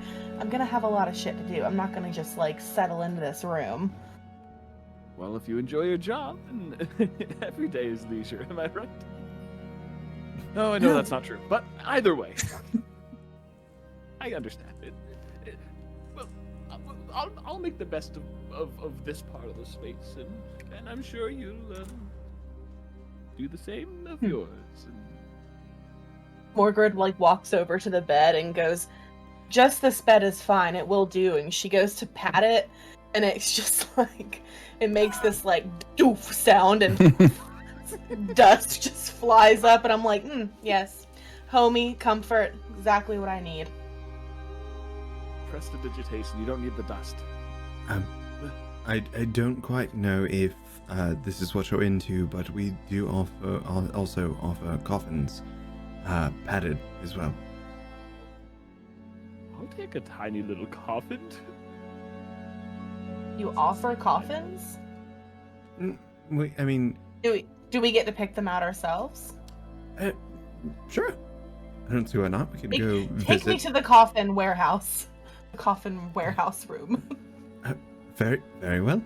Follow me. As he starts leading you over to where this room of coffins is, we're actually gonna go over to Maeve. Hi, Maeve. How you doing? Hello. Good. Well, I think Maeve's actually not great, but that's fair. I'm good. That's fair. That's fair. Caitlin's good. Caitlin's good. Maeve, Yeah, you're Caitlin's probably good. not about to be good. Maeve, you were just brought down to the deeps. You were taken away by Hastur after something interesting happened between Mother Qadira and Hastur, almost to where he had shifted mindset after being told a key phrase. And you were brought down to this area, and as you're watching from the back, and I assume like kicking and screaming, oh yeah, absolutely. you would see the pathway down to the deeps, and at one certain point it goes completely black. Everything around you, the rooms all just fade. Do you have dark vision? Don't I have it as a vampire? You do, because you're a vampire. Without the vampiric dark vision, I do not. Fair enough. So you have dark vision out to 30 feet. And with that, you can start seeing as the walls and the rooms start getting darker and darker, your vision goes from this like colored looking vision more into these gray scales. You're brought into this room, and as you are, Hastur like morphs and moves and finally stops in front of this one cell. You can feel this membrane on your back lift you up and put you inside this little small cubicle shaped cell.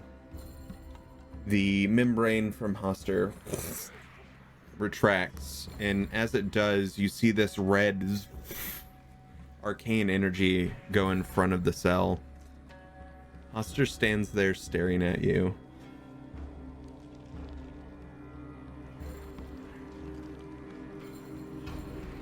Like, what the fuck, Hastur? Like, what is this? Where did you just take me? What's going on?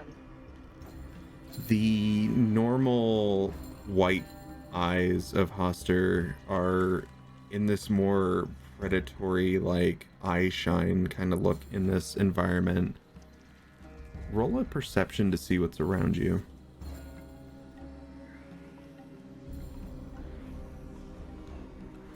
8. You are so focused on this rage towards Hastur that you're not really paying attention to what's on the outside of your cell. You're looking around. A few moments go by, and a few more still. Hastur just stands there, doesn't say anything to you. And then you hear the door open from the outside. As you hear this voice, Hastur, need you. It's time to go feed. All right. Hastur doesn't really move. Then slowly the head like shifts over to look at whoever's in this doorway, and Hastur starts moving out towards the door. Before the door shuts, you see this head pop in, this human male with somewhat like shoulder-length hair and these small black sunglasses. He looks in, says, and gives you a shrug and shuts the door. Oh, that makes me mad. I'm going to remember his face. Absolutely. He, as the door shuts and you no longer hear the voices there, you're left alone in this small room. This arcane runes around you are alight as this arcane energy moves in front of the cell. It's quiet. It's quiet for almost a full 24 hours. You see no one come up to your cell. You don't really hear anything. If I touch the energy. Because, like, Maeve's not gonna just, like, sit there. She's gonna, like, try and charge at it. Absolutely.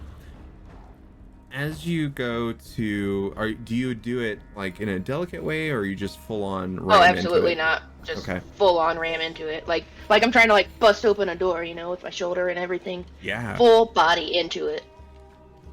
I need you to make a Constitution save.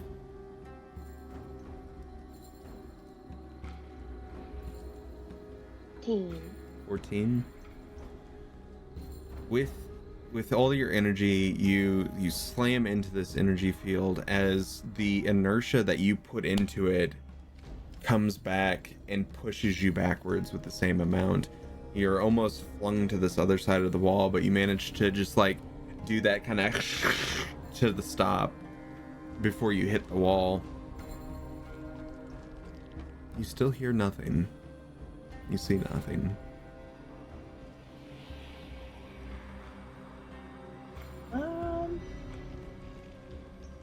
Can I do another perception check? Yeah, absolutely. 12. With a 12, you get your breathing to calm down for just a moment, and you walk towards this arcane, this red energy that's in front of you, and you start looking through it. You can see there are other cells with this red arcane energy in front of them as well. A few of the cells don't have anything. It doesn't appear to have anyone in them. So I'm the only one down there? You might assume that there could be others behind the other cells that have active arcane energies in front of them.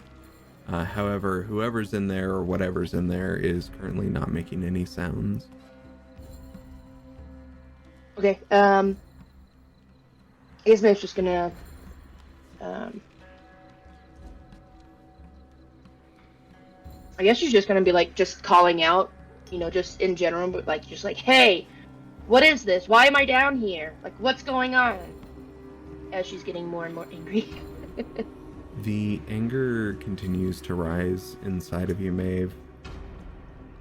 And it rises even further when you get no response. You start to get in this place of not knowing what time of day it is anymore. What really anything is, until you finally hear on the opposite side of where you had entered in, you hear this large metal door open up, and you start hearing footsteps approaching. As it's moving down the hallway, you can hear these just god-awful just from these cages that have all these arcane energies, and occasionally you can just see the slightest bit on the bottoms of these energies lift up slightly as something is slid underneath. After a short while, the footsteps finally make it in front of your cell. In front of you, you see a elven male who stands there. He has a sigil carved into his forehead, his eyes blood red, and they almost seem to have blood leaking from the actual eyes, as he stops to stare at you and says, "Are you hungry?" Of course I'm fucking hungry. I don't know how long I've been down here. I haven't eaten.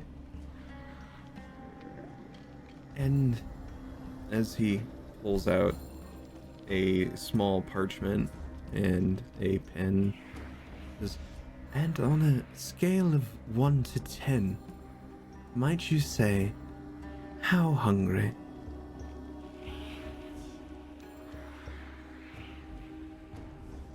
Probably a 10. Yeah, probably a 10. It's been a while. A 10. Interesting. We shall see how long this lasts for. Have a good evening. As the footsteps start walking away. Wait, no! What did you give those other people? Why don't I get anything? The person does not walk back.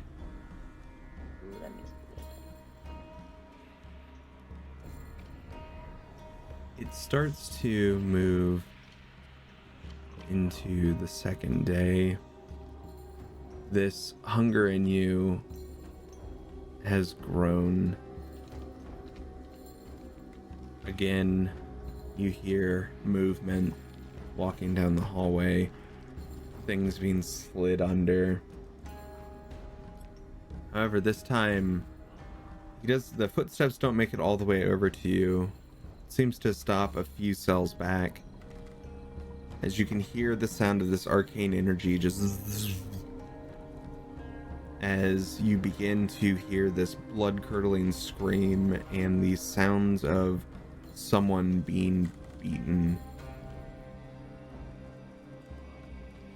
The noises continue for a moment until the screams stop, and you hear the footsteps move down and back towards the large metal door from which they came. Still not coming your way. Can I look around, like, my little cell area? Like, is there, like, are there any cracks or, like, small little holes or anything like that? Yeah, do an investigation.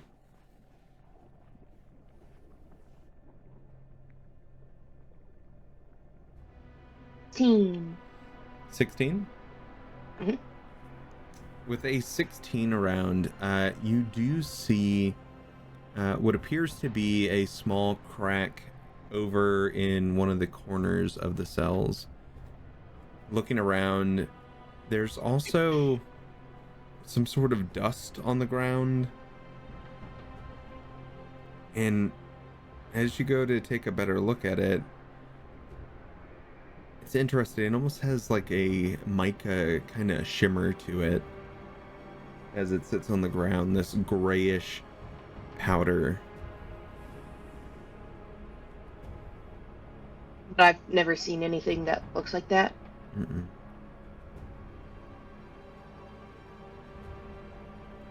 Does it have a smell? You lean in and go to take a small smell from this. It almost has a like incense kind of smell to it, but much lighter. As you kind of feel this powder, it almost feels like ash.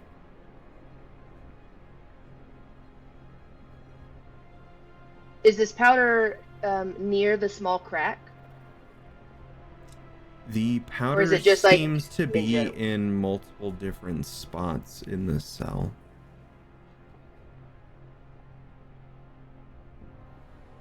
Like something was sitting there and then, like, it got burned up or something? One could assume. Alright, well, Maeve is like, fuck that. So I am going to, I'm gonna see if I can wild shape, into a spider. You go to do your full animorph. What kind of spider are you morphing into? What does your spider look like?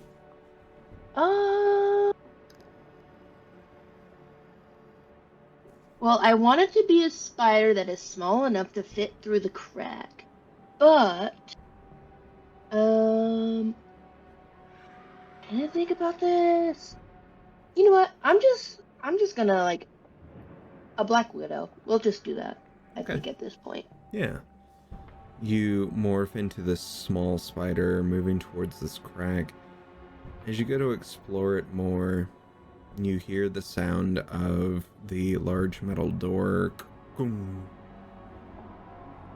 You can begin to not only hear the footsteps, but feel the vibrations in the floor as the footsteps move closer.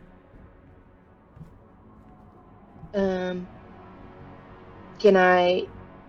I'm just gonna try and keep going in the crack.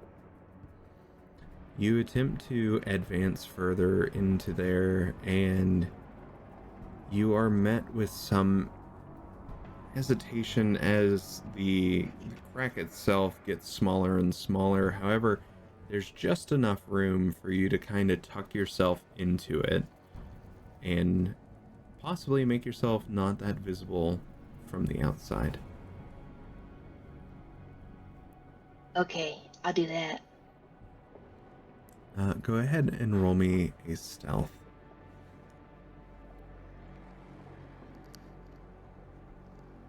And I mean, I'm a spider. I should get a bonus. Oh wait, I'm a spider. Hold on. What is the? Oh, never mind. Still the same. Let's see. Let's see if I can find wild shape and spider. There we go. All right.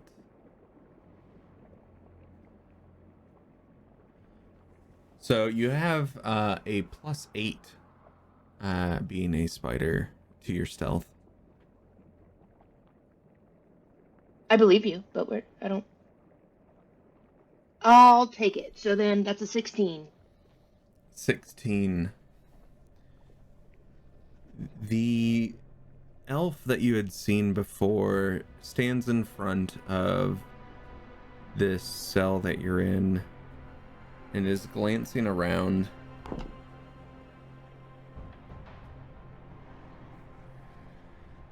And does not seem to see you, but without a panic in his face, you hear him just walk away from your cell.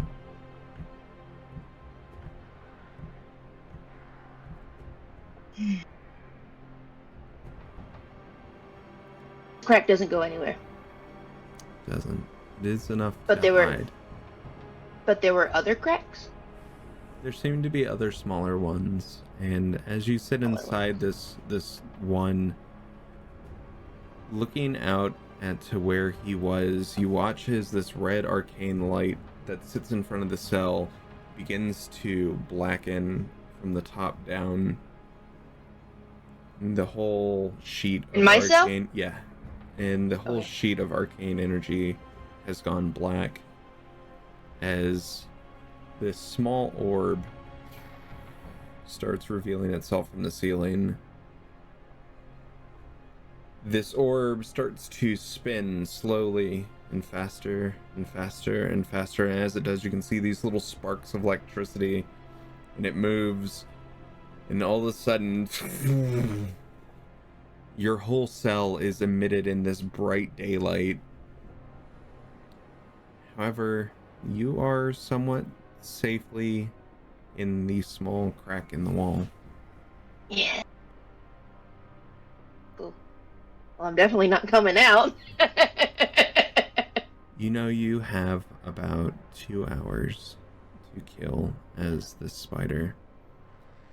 This daylight is very bright. Even in your spider form, it takes a while for this light to reach inside the crack as you start moving further and further as much as you can inside.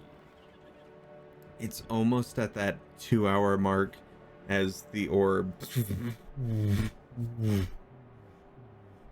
as it slows down and retracts back into the ceiling. The black color on this arcane sheet in front of your cell goes back to its normal red. I guess I have to leave the crack before my before my wild ship is up. I mean, if you want to get squished in the crack, that's cool. Yeah, I'd rather not.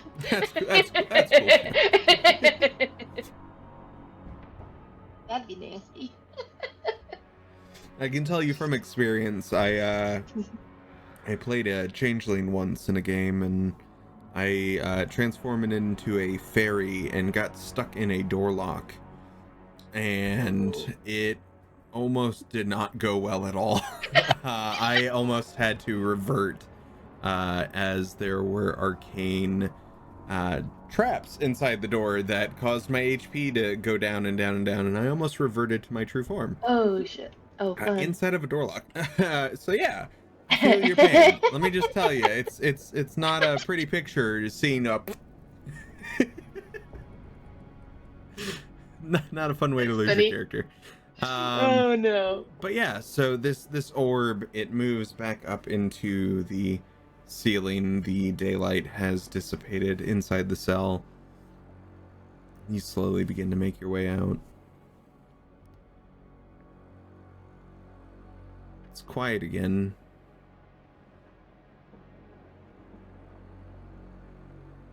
Time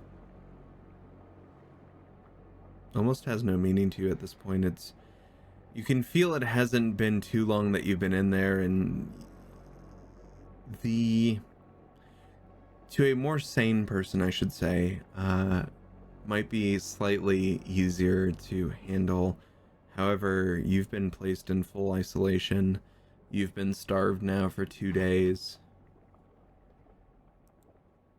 The sounds of screams and people being beaten are the only thing you hear every so often. Time continues to pass as you can glance out of this red arcane sheet.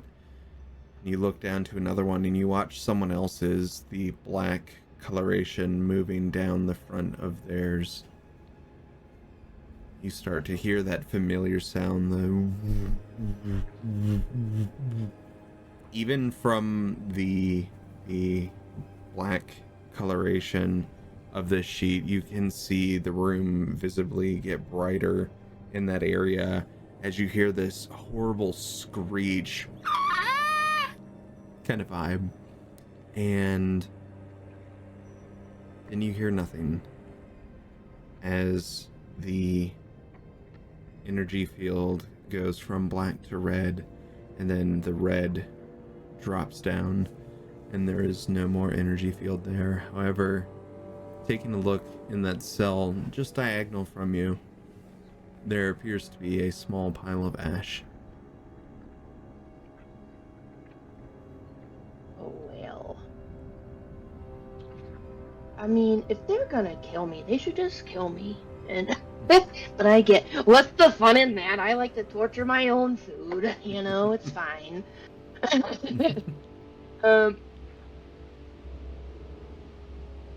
Oh, okay.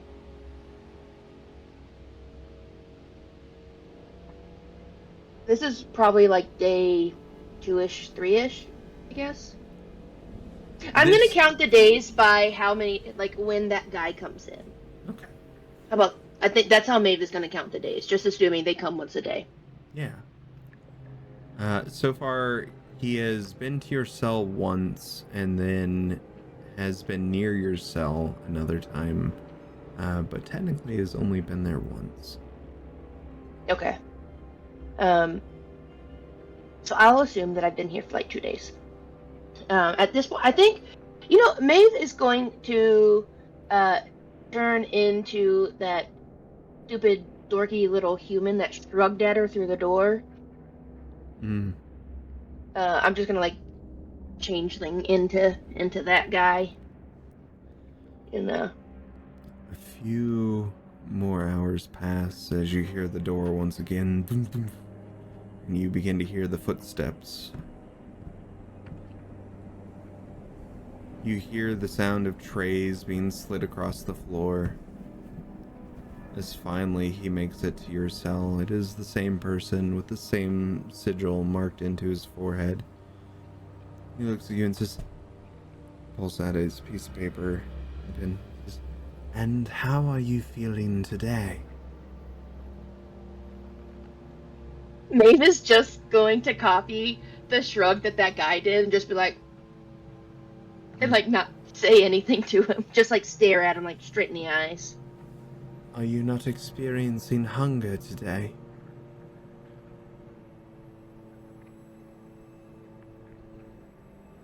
Would you like something to drink? Maeve is trying not to answer, but like her interest is definitely like peaked. Like she's trying to like look away, but she's like still looking, you know, looking at the tray. I do have this chalice to offer you. I just need you to answer some questions.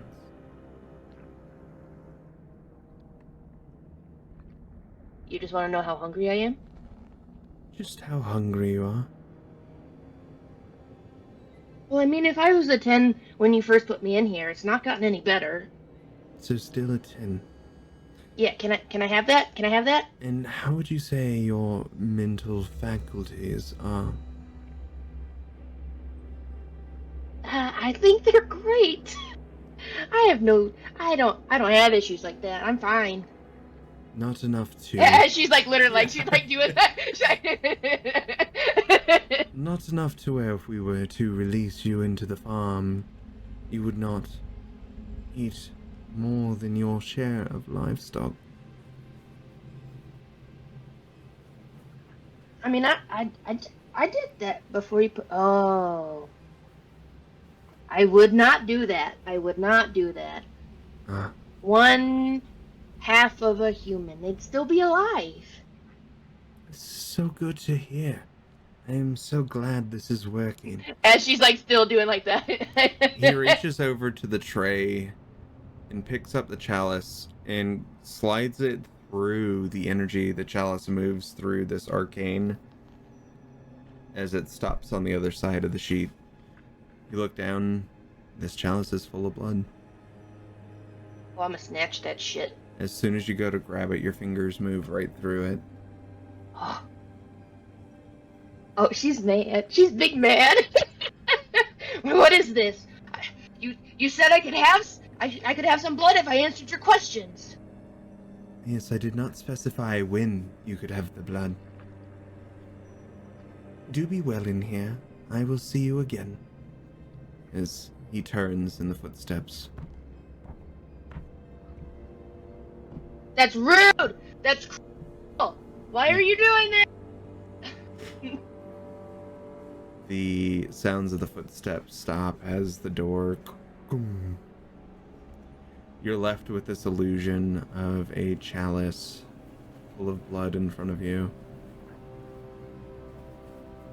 Oh, the chalice is still there. Oh, that's annoying. That is awful. Oh my god.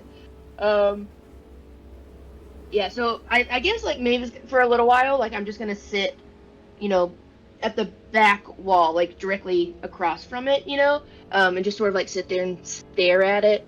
But every now and then, like I'll still like crawl up to it and like smack it, you know, like a cat, you know, to see if it's real. Your hand like, just keeps swat at going it. through. Yeah. The disappointment grows every time. At this point, you're feeling ravenous. These tricks, these things, what are they trying to accomplish here? As another day passes.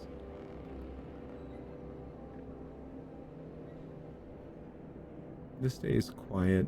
There are no sounds of anyone being beaten or attacked. At this point, Maeve is probably like losing her shit, and she's just sort of like, she's basically like slamming herself against the walls, you know, like just like trying to do anything, get out, you know. She's just, you know, As you're she slamming continues to like yourself- try and claw at the chalice, you know. As you claw at this chalice, as you throw yourself against these walls, you're getting bruised, you're getting bloodied. You're slamming yourself into I'm these gonna things. lick my own blood.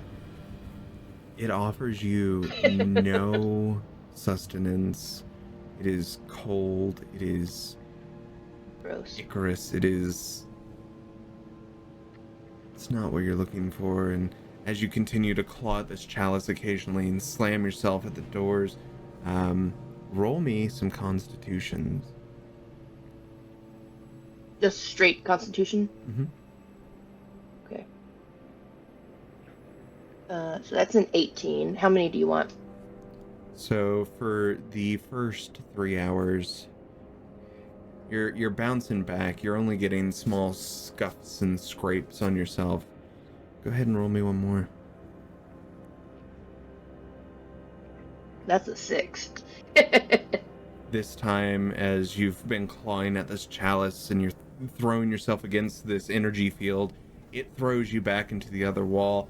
Your nose breaks, blood starts running down it. You stand there, and finally you hear the sound of the door. Boom. And you hear the footsteps approaching. This time it doesn't stop at any other cell. It comes straight to yours. Well, hello. I don't think Maeve is even gonna register that. I think she's too busy flailing and screaming. He looks into the cage. He sees you flailing and screaming. This is what you were sent here to work on, Maeve. You were sent to work on your self-control. As he says that, like, Maeve's just gonna, like, stop and, like, turn and, like, look at him, you know?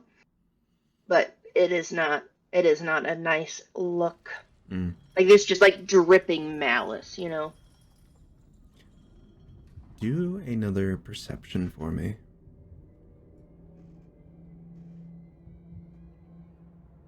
Three. In this state that you're in, you are only concentrating on this guy trying to talk to you. You see nothing else. You're not paying attention to anything else. He says, I suppose a few more days of this should get you to where you become a little more sane. These are always fun experiments. You're starving me. How is that supposed to help my self-control? Well, if you can survive through being this starved, it has been 3 days. Honestly, most other vampires would be quite alright. Can you not handle 3 days, Maeve? Hungry and I'm locked up and it's dark and nobody's talking to me. Well, I suppose we could cast some light on this situation as you watch the as the daylight shines in your cell. It's overwhelmingly bright. You're not burning, you're not, turning into ash. However, it hurts your eyes. You already, from your hunger, have this feeling that nothing's all right, and this is just making it worse and worse. He says, we'll have you stay a while in this light and see how you are tomorrow.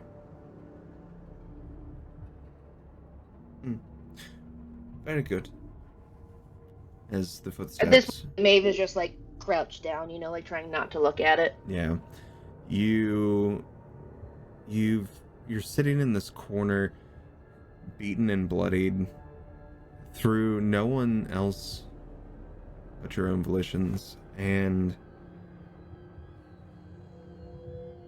the occasional sounds of little rat chirps begin to get your ears' attention. On the outside of the cell, you hadn't noticed this before, but this hunger that you have, you start to hear this heartbeat, a small, faint little... As you glance out of the cell, you see this rat that moves. in and around the cell on the outside.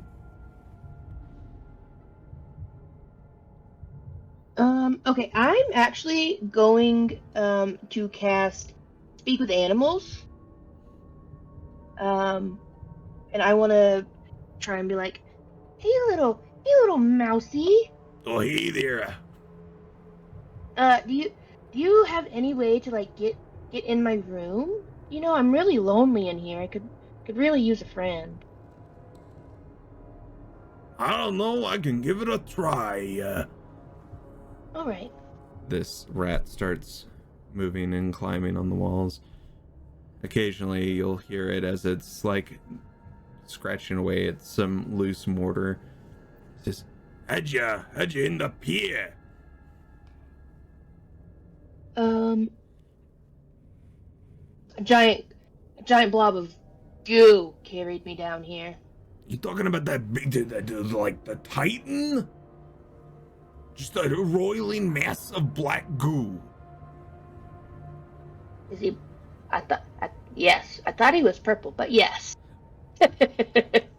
Us rodents were colorblind. Oh, that's fair enough.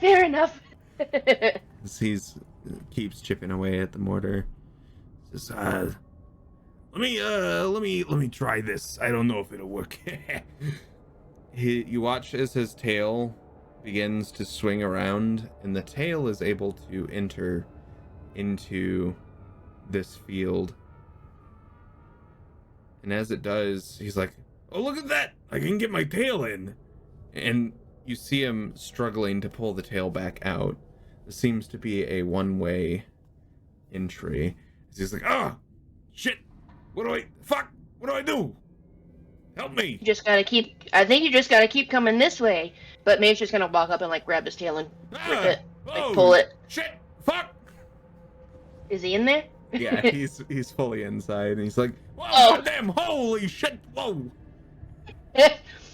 Maeve's just gonna look at him, and he's gonna know that he made a big mistake. Whoa, big lady, don't, no, fight. You said you were lonely. I don't want to. I'm sorry, I didn't want to do this, but I'm just gonna like immediately like rip his head, like bite his head off, and you know, destroy it. Yeah. This blood that you've gotten from this rat, definitely by far not the best you've ever had, but it's enough to bring you a little more to your senses as you hear the door. You start hearing the footsteps. Maeve is gonna I'm gonna try and wipe my mouth and. Make me one more perception.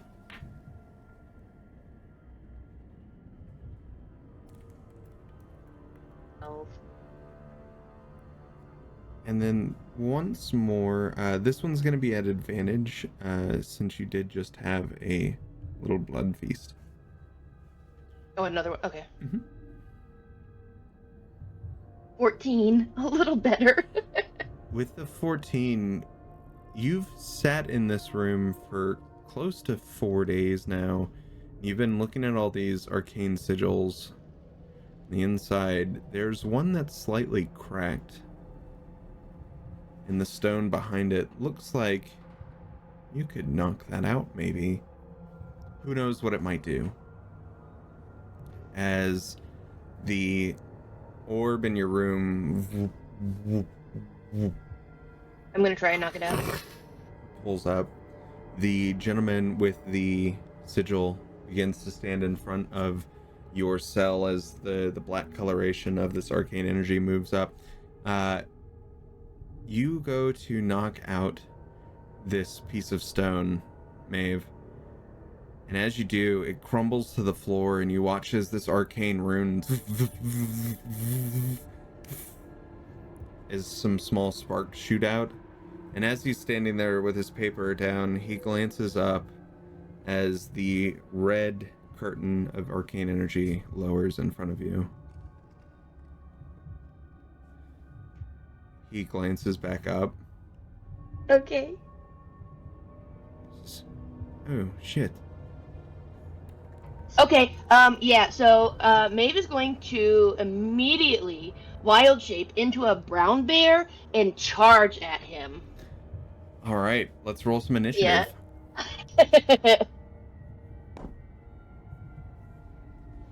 $17. He rolled a 13 plus 2, so 15. All right, it is your go. He's standing roughly about 5 feet in front of you. Well, I'm going to go ahead and try to bite him and claw at him. So, what do I need to roll for that?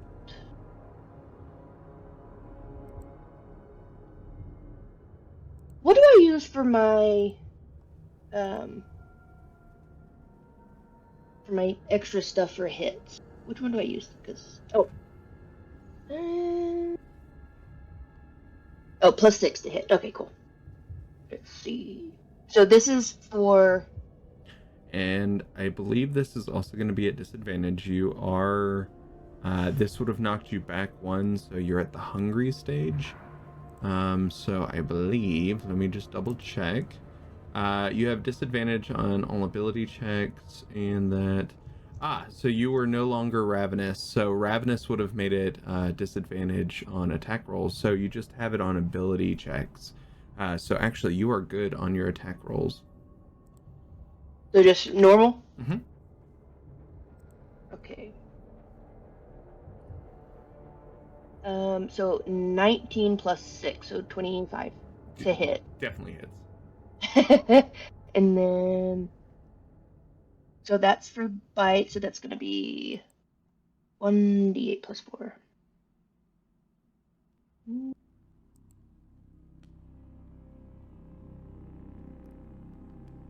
So for 10 damage. All right. And so that was the bite. And then I'm also going to try and claw at him. So that's going to be to hit is...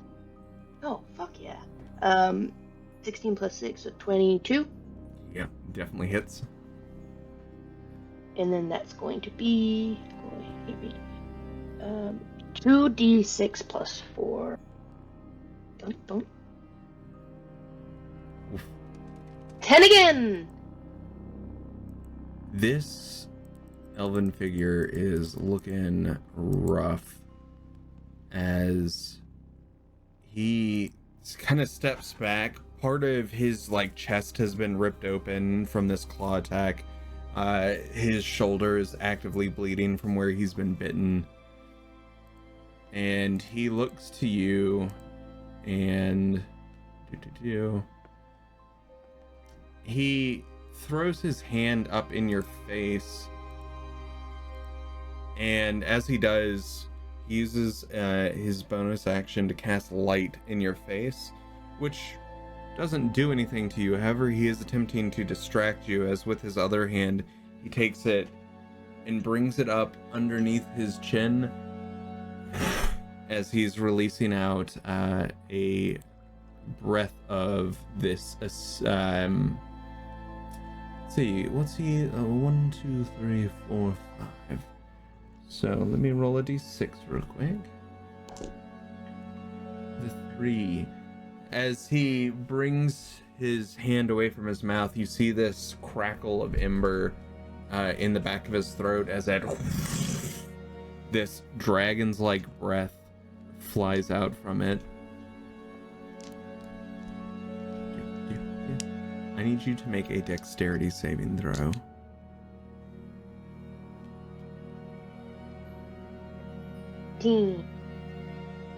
Perfect. So you kind of dodge out of the way just for a moment as you only take 6 fire damage as it kind of licks the side of your face. As it is now your turn again. I'm gonna try and bite and claw him again. So for the bite, 19 to hit. Hits. And then that was a... sorry. Oh, you're all good. D8.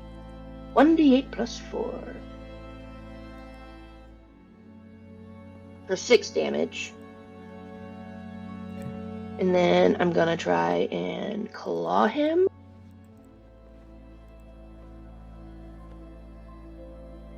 That is only a 9. The first one you make contact. As the second one, he kind of like slowly moves out of the way. He is not looking good at all.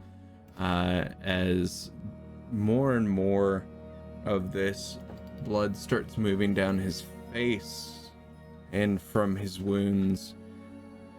He raises up his hand, and as he does, you see the blood that's been pouring out of his face and injuries pools over into his hand as he rears it back and shoots it forward towards your way.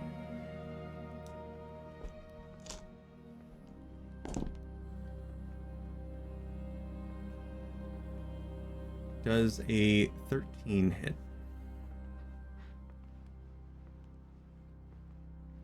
Oh, lost audio. Oh, yes. Yeah. Yes, that hits. 13 hits? Okay. Alright. As this blood flies towards you, you can feel this almost corrosive, like, pain when it hits your bear form in the chest, causing 10 acid damage. He stops, he stumbles back for a moment. It's like, hear me out. You don't have to do this. If bears can laugh, she's laughing, okay? Like, Yeah. Yeah, no, this time I'm gonna try and, like, claw at him first. So, yeah. Okay, that is 5, 11, so that doesn't hit. 11 does hit. Oh, yeah, alright, cool. And then 2d6 plus 4. 15 damage. How do you want to finish this? This is the final blow.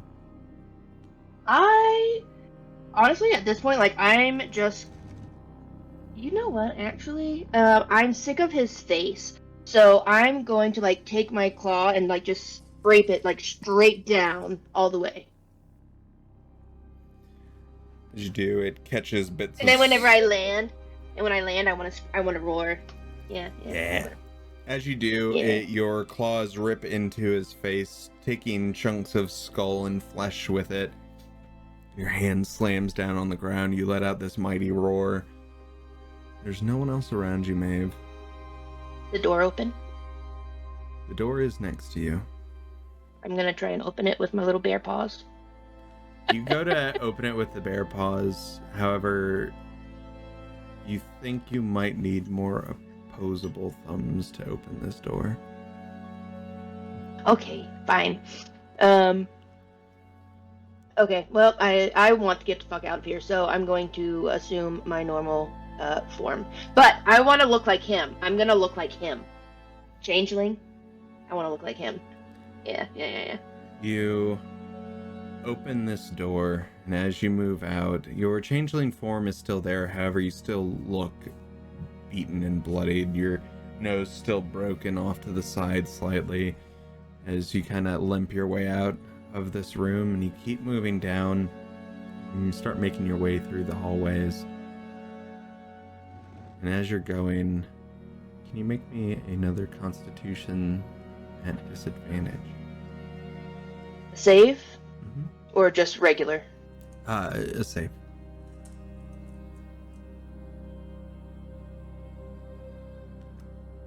That would have been a 20, but it's a 10.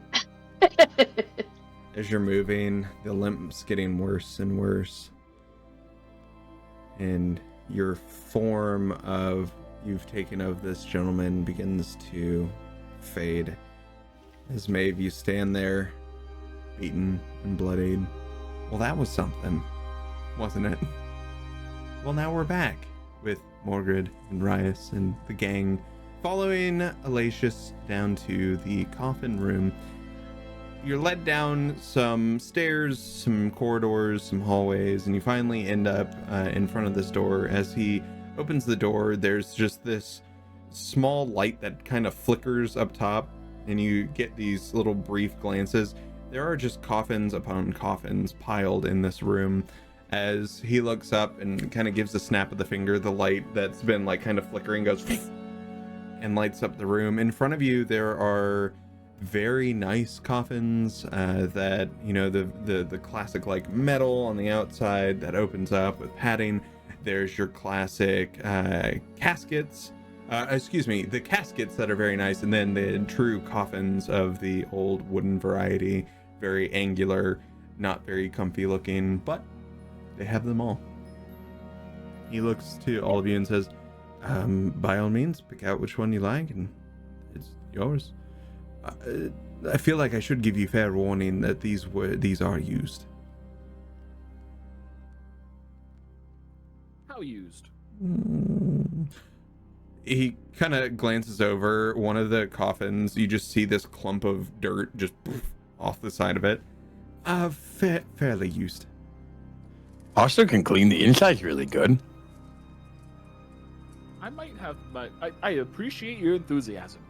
I might have my own means. And I walk by that little clump of dirt and poke it with my staff and press. I had to keep doing it. Prestidigitation. It goes little sparkles, shing, sparkle, and so pretty in that one little spot now. Does that spell get rid of bones? Hastur whispers to Ash. Oh, I hope Rice doesn't find one with an occupant. I sort of hope he does. I think it'd be funny. That's not very nice. Sorry, But yeah, it was I would be. supposed to be mine? No, Well then, fair enough. I'm nice to you, Ducky Pie. One person a day. I'm gonna put out there. I was gonna start asking for one child-sized, so I really hope there isn't an occupant. I hate that I already made the roll. Hey, this you can add a second roll into this. It could be a halfling, a gnome, a smaller other. Yeah, really doesn't short have to be a person. child. Yep. Could be one of the smaller ancestries. I'm gonna roll for child, not for having, but for child. Jesus Christ. Rice, can you roll an investigation to look through these coffins I and think we just found the title of this episode, Roll for Child. No. I'll use the roll. Not that I I consider myself father material. I rolled a 16 on the child check, but it was right as you're asking to roll, so it's a +5, 21. That's a good enough. What's worse than a coffin? 25. A child. A child. No. You managed to find a couple smaller sized coffins. Two of them are more on the wooden side, the like when you think coffin, that classic style. There is one smaller one that is casket variety, where it's more rectangular. This one has ornate, like elven filigree on it. And there's like these golden little leaves that move on it. Laetius looks at you and says, "That's actually a very nice one." I would say so. Look at the craftsmanship. I go to open it. Yeah. As you open it, you're hesitant in trying to see if there's anything that's going to be in there, and as you do, it's actually empty. Inside is a very sky blue, nice quilted pattern on the inside. It was actually a wonderful choice. I don't have a sticker to put on it or some sort of flag. Is it just do I have to bring it back myself?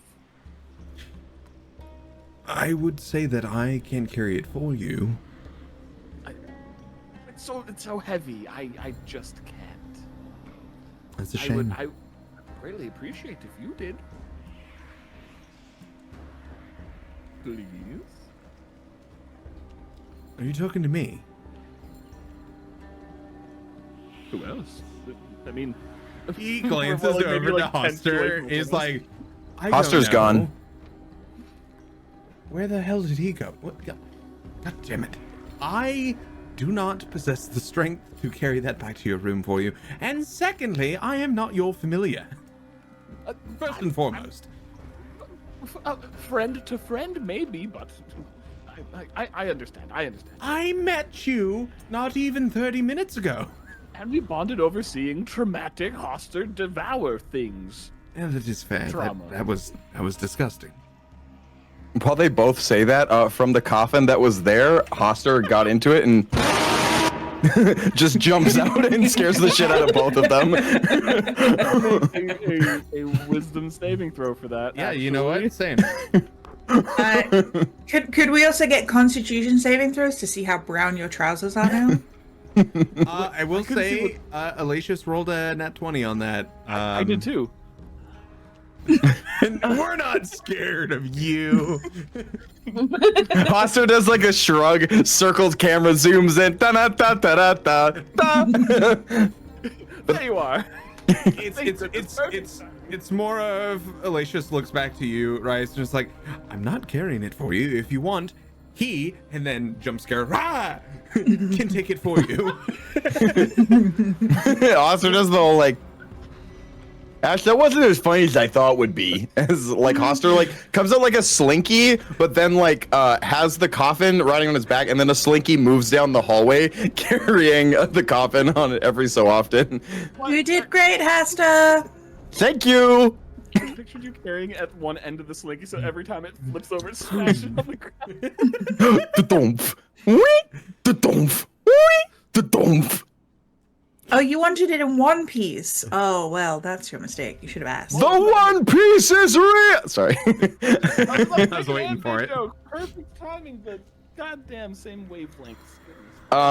Yeah, Hastur I don't think destroys it. But like Hastur, yeah, Hastur's Hastur, but like does bring it in one piece. Thank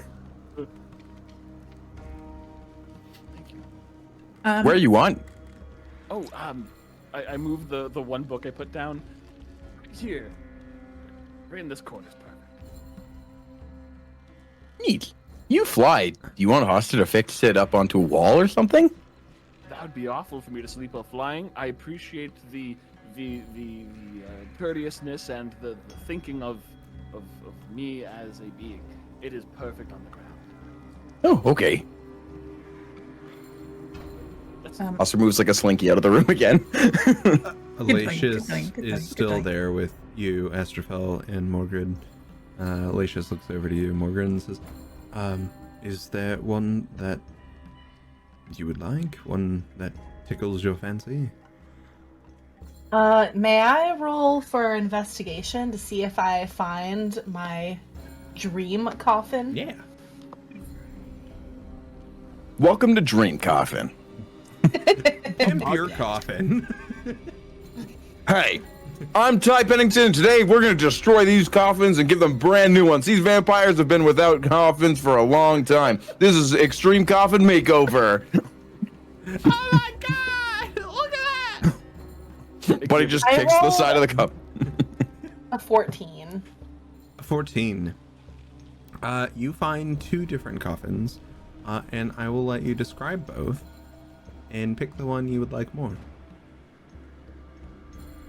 So I see this one that is, they're both, what's that material on the outside? It's like really smooth and it's not wooden, but it's, I don't know, some kind of composite material.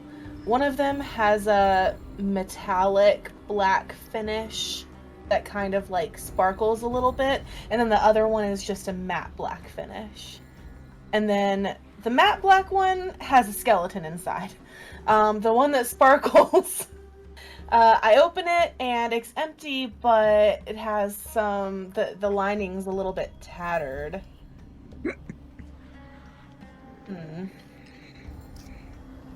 I think I'm gonna go with the matte black one with the skeleton inside.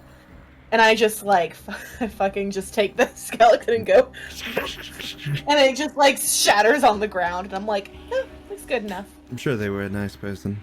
Maybe. I don't know. Humans suck. Anyways, I suppose we'll wait until Hastur comes back to help move that one. Oh no, I can carry this myself. This is not an issue. Oh, very well. Sorry, didn't mean anything by that. By all means. But Margaret just like, is it because I'm a woman? Are you fucking kidding me? Margaret just kind of like starts like flexing a little bit. Like you can tell she's doing it on purpose, but she's acting like she's not really doing it on purpose. I'm looking respectfully. So is Alicia's. Can I roll for strength to see if I can pick up this coffin? Yeah, for sure. Okay. Pick it up. Pick it up. That's a Kiss song. Thank you. You're welcome. I wish I was a bard sometimes. Nat 20. Plus 2. 22. One hand. Literally on the shoulder. You're just like you use both hands to pick it up and then just plop it on your shoulder and then you just Alicia's just stands there Piece of like cake. jaw down, Piece just of crumb cake. Carrying it like it's a boombox. Let's go.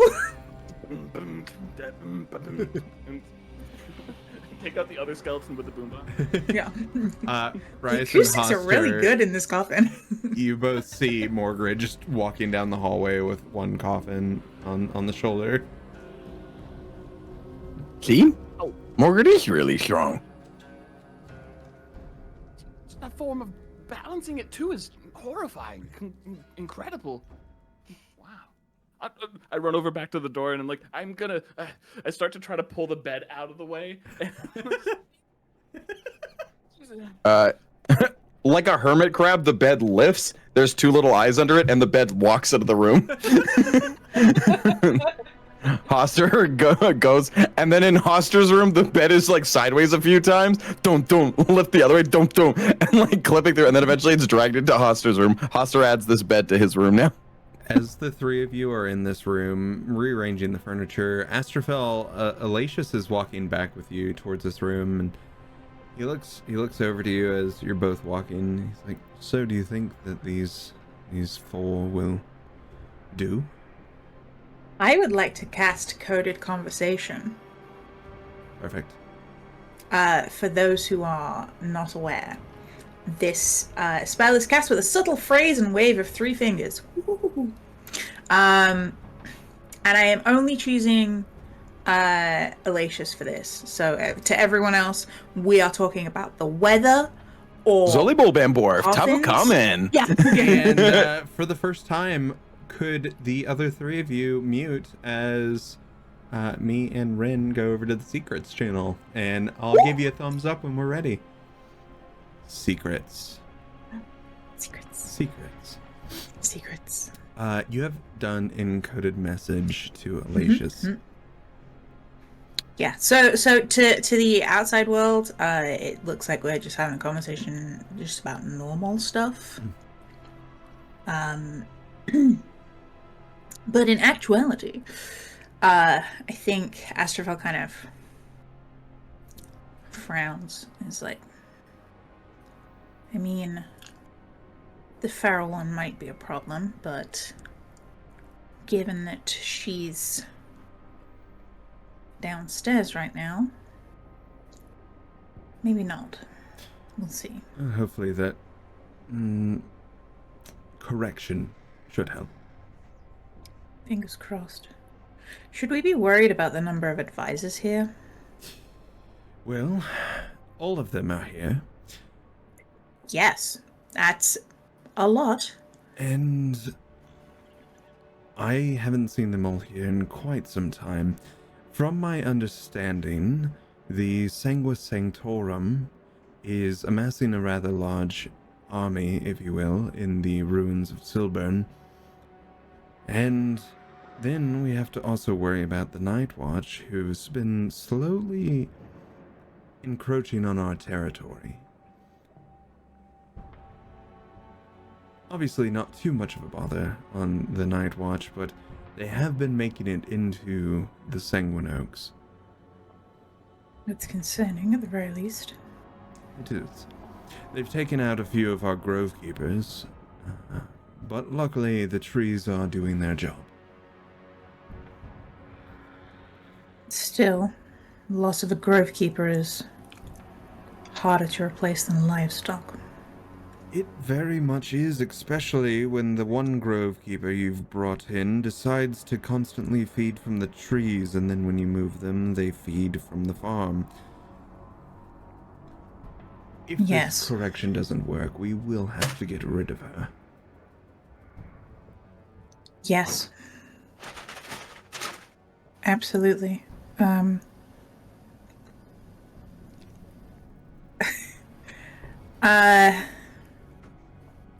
To be honest, I wouldn't blame you. She's a little strong-willed, but she was useful out there. Which is good. We figured as much with bringing a changeling into things. It could help infiltrate. You see, the problem we're having is that Lord Alexander over in Silburn, his communications with us have been lacking. Sovereign Orion is not pleased with this, and to be honest, I can understand why. As you've known, we've sent him in there to infiltrate the Sangua Sanctorum, and we're having our doubts.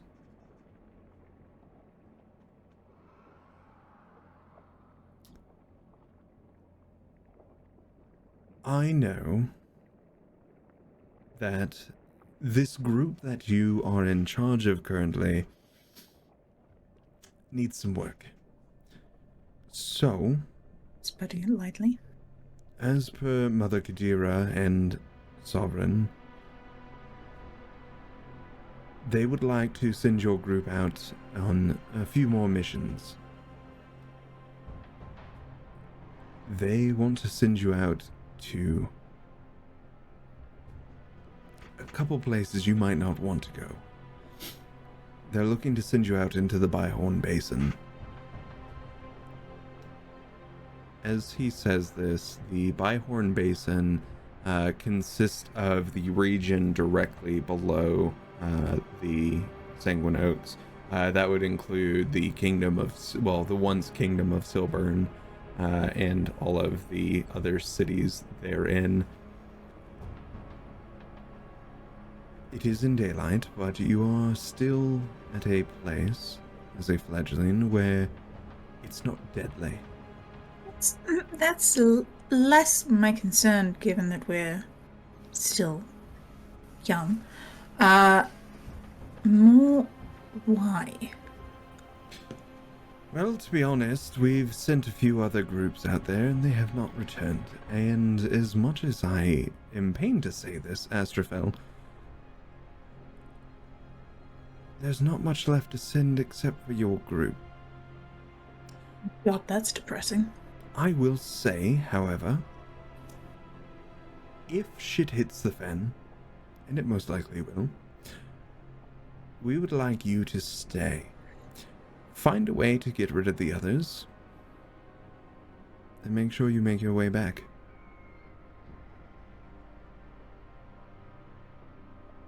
I can do that. Very well. But, with this being said, we are intrigued on trying to do a little more reconnaissance in the Byhorn Basin. There is the city of Pegagen and Vinwich, but from what we have heard, they are trying to rebuild the kingdom of Silburn in their own image. The Sangua Sanctorum, are you familiar? Loosely, I've heard things here and there. They are an underworld guild, you could say. They're part of the Solar Veil. And with that being said, I know their leader is very masked in mystery. It's intriguing. We don't know much about them at all. However, we do know they are very harsh on their vampires, and with the Sanguine Sanctorum, they are, I don't know how to phrase this, really shitty vampires. They only feed on guilty. They self-flagellate whenever they consume blood. They look at They this have as morals? they look at it as a curse. Disgusting. It's a gift that you all have. Disgusting, albeit that it is a gift. No, I mean having morals about it. That's where we are intrigued. We sit here and look at it, and if you're going to be a creature of the Night of the Sword, you can't really have the morals. But it seems they are trying to build up their own kingdom, and obviously, that's not to our benefit. So, we would like to send your group down that way for reconnaissance only. You have been given permission to feed as needed, and we will be giving you a sum of gold to barter with townsfolk. Very generous of you. Well, the high likelihood that you will all die is, well, a thing, so... And as you know, our treasury is quite large, so if we lose a bit... Oh, I meant the feeding. Ah, yes. Well, at this point, the cities around us know we exist, they know what we're about, and, well, if you can survive, you can feed. I'll, do my best to keep the children in check. At least until things go sideways. And then, like I said, if it does go sideways, please bring yourself back. And Hastur, if you can. I know Mother Qadira doesn't want to make another one. I feel like Hastur's part of the furniture here. I would feel wrong leaving him behind. Valuable asset. Well, it looks like we are about to approach these rooms, so thank you for encoding this conversation, and I'm assured that you will keep this between us. Of course. Wonderful. Hi, everybody. It's about this point in time, Astrophel and Alatius approach the door. You all have been moving furniture around, getting everything all nice. Alatius walks in with a smile and says, "Oh, I like what you've done with the room." You could use some flowers and LED lights. There's a crazy new technology. I could go on about it, but I'm sure that no one wants to look at the rest of everybody wants to hear it. But one day. Is that We'll one see. of the newfangled inventions by the artificers? Yes, exactly. There has been gnomes who have been traveling, trying to get the Fey magics, and some of them have succeeded to tap into another plane, put them into little glass casings. I swear, if they are actually doing what I think they are, I will have to free some of my wrath. We'll see. Completely understandable. You mean the lava energy distribution lights? I was just about to ask what the LED stood for. I thought it was just lead. You should not be going near, or well, you can. You just don't consume lead, is what I've heard. A brick of an unknown substance just drops out of Hastur and just gunk. Why is it glowing? Hastur's hand reaches for it a little bit and it just gets consumed back into the ooze. Your tank goes back up. That was concerning. Isn't it, boys? Yeah. If it's on the floor, it's Hastur's for more? I don't know. We tried to Rhyming rhyme. is in progress, though. It seems rhyming's incredible. Ducky Pie, we're all on the floor. Yeah, you're all my friends. And you also can claim the airspace now. Hastur just kind of like looks around. But Hastur originally, when Hastur was like small, and more of Hastur shrinks, Like this small. and like there's like a tiny little eyes under the thing. Hastur was told to clean floors. So Hastur would eat everything on floors. Then Hastur goes, "Thump," little bigger, but he's still like kind of goblinoid size. I will say it was much better than having the gelatinous cube. It's cute. Nothing can say more. Hastur eated them. It is true. Every day, I'm more amazed. Well, every moment, every hour, I'm more You could amazed. set a watch to it, to be honest. I'm just excited for what the future holds. Well, Gelatinous cube. I am sorry to break all this fun and happy times up. However, I have just notified Astrophel that when Maeve returns, you lot are being sent on a mission. Huzzah. What kind of mission?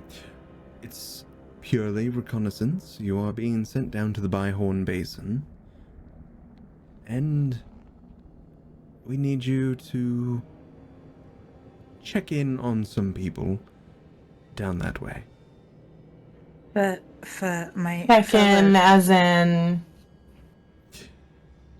See what they're up to. See what they've been doing. For my fellow castmates, this area is in sunlight, and we would be aware of this. Hastur's still stuck on the word reconnaissance. You go in and you watch people. That is all you have to do, Hosta. That's it? That's it. But more sneakily, I believe. You have to be very, very. Can't use inconspicuous. That's a tough one, I think. You might have to wear the cat rather than the duck. Will these people be expecting us? I don't imagine they would. However, they might not take kindly to you. But then again, you know, what living creature nowadays, or undead, I should say, I would see you in a favorable light. I do. Hoster does. And that's why Ducky Pie is my favorite. Thank you. But anyways, Quack, quack, quack, quack, quack. Astrophel can fill you in more. I will go check on the progress of Maeve and see how that is going. Until then, I will see you soon. Well, you know where to find us. Before you venture off, the poor soul who the poor soul who I had drained earlier, he had mentioned that when he was captured, that his belongings were taken. Is there a stockpile of these belongings of those who become our farm attendants, if you will, or sorry, captives or meals? And is that open to? No. But speak with Mother Qadira and possibly. I know all artifacts, scrolls, magical items that are brought in with our livestock are passed through Mother Qadira first, and if she deems it necessary to go to other portions of the bastion, then so be it. Terrified to take you up on that. Sometimes Hastur gets to look through Lost and Found. You'll have to show me to there too as well, though. I would love to see the lost and found. Ooh, I don't want to keep you. I'm sorry. Do what you must. Very well. In a puff Was of he a little smoke. As cool as that looks, was he a little quick to get out of here? So is there something in my teeth and it's like pieces of like old neck are in there? I'm human. Humans not want to be friends with vampires sometimes. It's a thing. He's busy, given the number of advisors that are here. I could Not never surprising. understand why. Oh yeah, the advertisers. You made the word bigger. I'm usually bigger. That is very true, my friend. I've heard that line many times. So just so I can make note, because I absolutely forgot to. Where are we going? Was that said specifically? The Byhorn Basin? Iron Basin. That's what it was. Yes. fine. I actually took notes for a change. It never happens. Rias, and anyone else who wants to know more about the Byhorn Basin, roll some history. Oh, I'd love to. I'm gonna roll. Can't wait to see what Hastur gets. 16 minus 3, though, so 13. That's not bad. Yeah. Could have been worse. 2. A 2? Mm-hmm. And Rias? 27. I don't like that I'm rolling these numbers. I don't. want to I'm take sorry. both Could we of my get that dice. number again? Sorry. 47. No, 27. That's on the die. The maximum number it could be. Hastur, 20 on the die. Hastur, you've heard a little bit about Byhorn Basin, but Rice is about to school you. Rice, you found a bunch of books in the Wizard Keep that you were at, and you have pretty much the entire knowledge of the Byhorn Basin, which I will currently give to you. The Byhorn Basin is a vast and varied region in the world of Dòchas, encompassing a range of landscapes from majestic mountains to lush forests, sprawling lowlands, and picturesque coastlines. This region takes its name from the Byhorn Mountains, a prominent geographical feature that dominates the eastern part of the basin. The mountains stand as a formidable natural barrier shaped like an inverted V with two separate ranges curving to the west. At the northern base of the mountain lies the Shriba Woods, a dense and mysterious forest, while beneath it rests the city of Quillhorn, a thriving urban center filled with magic and intrigue. As you journey south from the Shriba Woods, you'll encounter the Primrose Lowlands, a sprawling expanse of fertile plains that stretches all the way to the kingdom of Silburn. These lowlands provide ample space for agriculture and settlement, dotted with towns and villages that contribute to the region's prosperity. In the southern part of the Byhorn Basin, you'll find the city of Decadale, perched on a plateau with jagged cliffs surrounding it. Decadale offers stunning vistas of the Primrose Lowlands and serves as a strategic stronghold overlooking the southern arm of the Byhorn Mountains. To the east of Decadale lies the Lowprith Timbers, a dense forest teeming with wildlife and mysterious wonders, and traveling southeast from the timbers, you'll reach the picturesque coastlines of the region, where the smaller Taida Isles and the larger Tulag Isle are situated, offering their own unique landscapes and potential for exploration. The Byhorn Basin is crisscrossed by several rivers that shape the region's geography. The Chios River, originating from the northern base of the Byhorn Mountains, which merges with the Monsan River, which flows from the north. These two rivers combine to form the mighty Anastal River, the largest river in the region, and the Anastal River meanders southward, passing through cities such as Pikespell, Rosenton, before eventually emptying into the Diamere Channel. Other notable locations in the Byhorn Basin include Vinwich, a city on the western side of the Anastal River, surrounded by the sprawling Marquette Forest, the peninsula to the south of Vinwich, which leads to the port city of Pegagen, providing a gateway to the Ren Sea and the Roby Gulf. You also have heard about the fall of Silburn. It was once a very powerful kingdom in the area, no longer, as Shadow had overtaken this kingdom and was destroyed. Later on, the adventuring group Gang had destroyed the Speaking Tower and had freed majority of the Byhorn Basin from the shadows.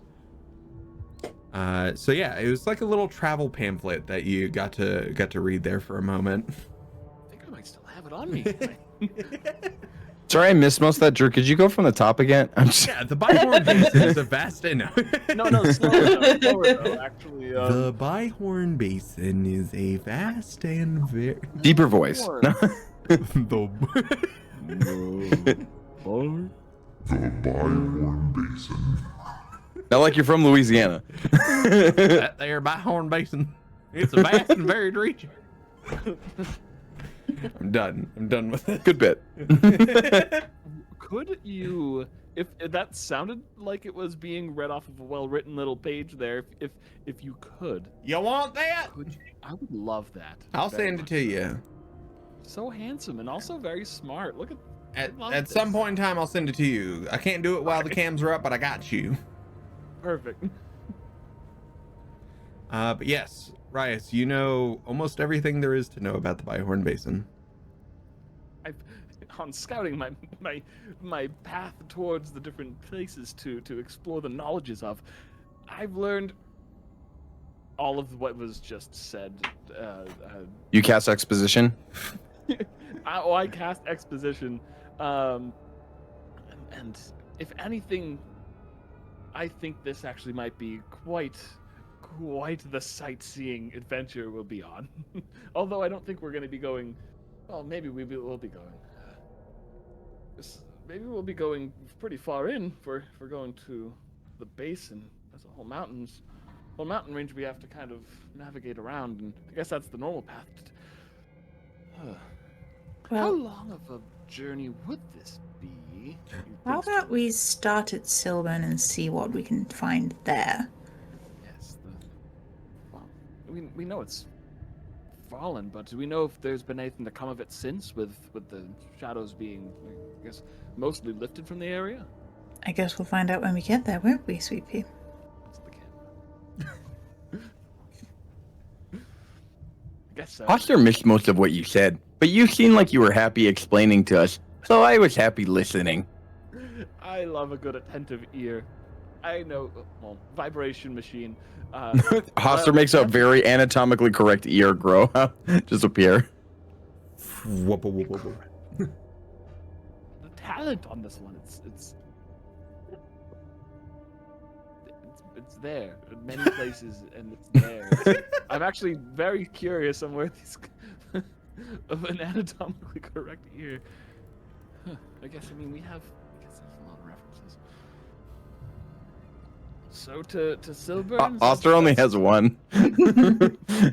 I know there's a painter from the Fae. I'll go into. Don't do this to me. Don't do this to me. Vinny Van Gogh! I had a doctor once. Who he is, I don't know, but a very emotional scene regarding. He's actually the doctor of this painter. I'm referencing that scene from that. Yeah, the one that'll make me cry? Yeah. No, the we one know- that'll we make know the one. everyone cry? Not a sponsor, yeah. God, I wish it was a sponsor. Esterfell, you know that this is going to be a multi-week journey just to get around Silburn. So you know you might need to take a couple days just to prepare yourself. Also, you have a feeling that Maeve is probably going to be indisposed for a few more days. I don't know. So it's going to be a long trip. We're going to need to take a few days to gather ourselves to go on it. There's a lot to consider. What we might need, people to talk to, potentially playing nice with Mother Qadira, see if we can get something shiny for you, Sweet Pea. I might also see if I can flirt my way into getting us a sack of coin to take.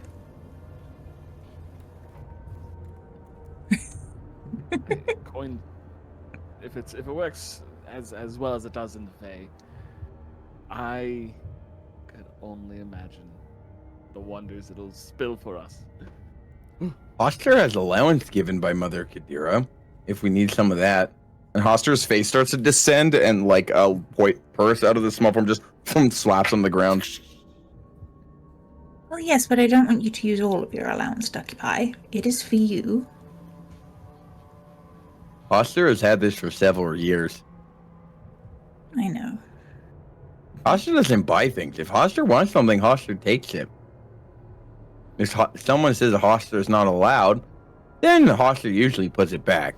But if Hastur was told by someone else that Hastur was allowed to take the thing, then Hastur takes the thing because Hastur is allowed to take the thing that Hastur was told he was not allowed to take.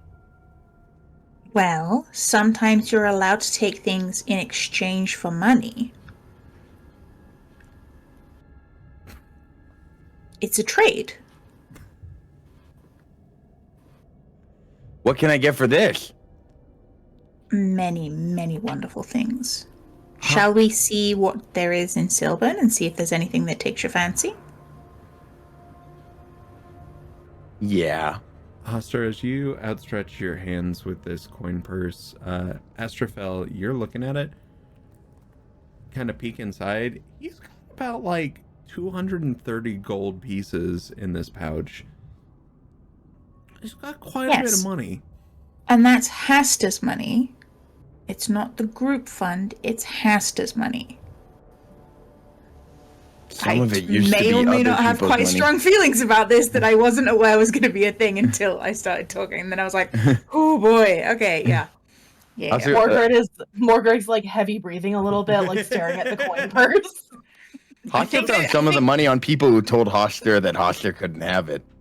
I think like Astrophel's gonna give a very stern look to both of you and just be like, that's Hastur's money. I'm not gonna take it. I wasn't looking at it. And I really wasn't.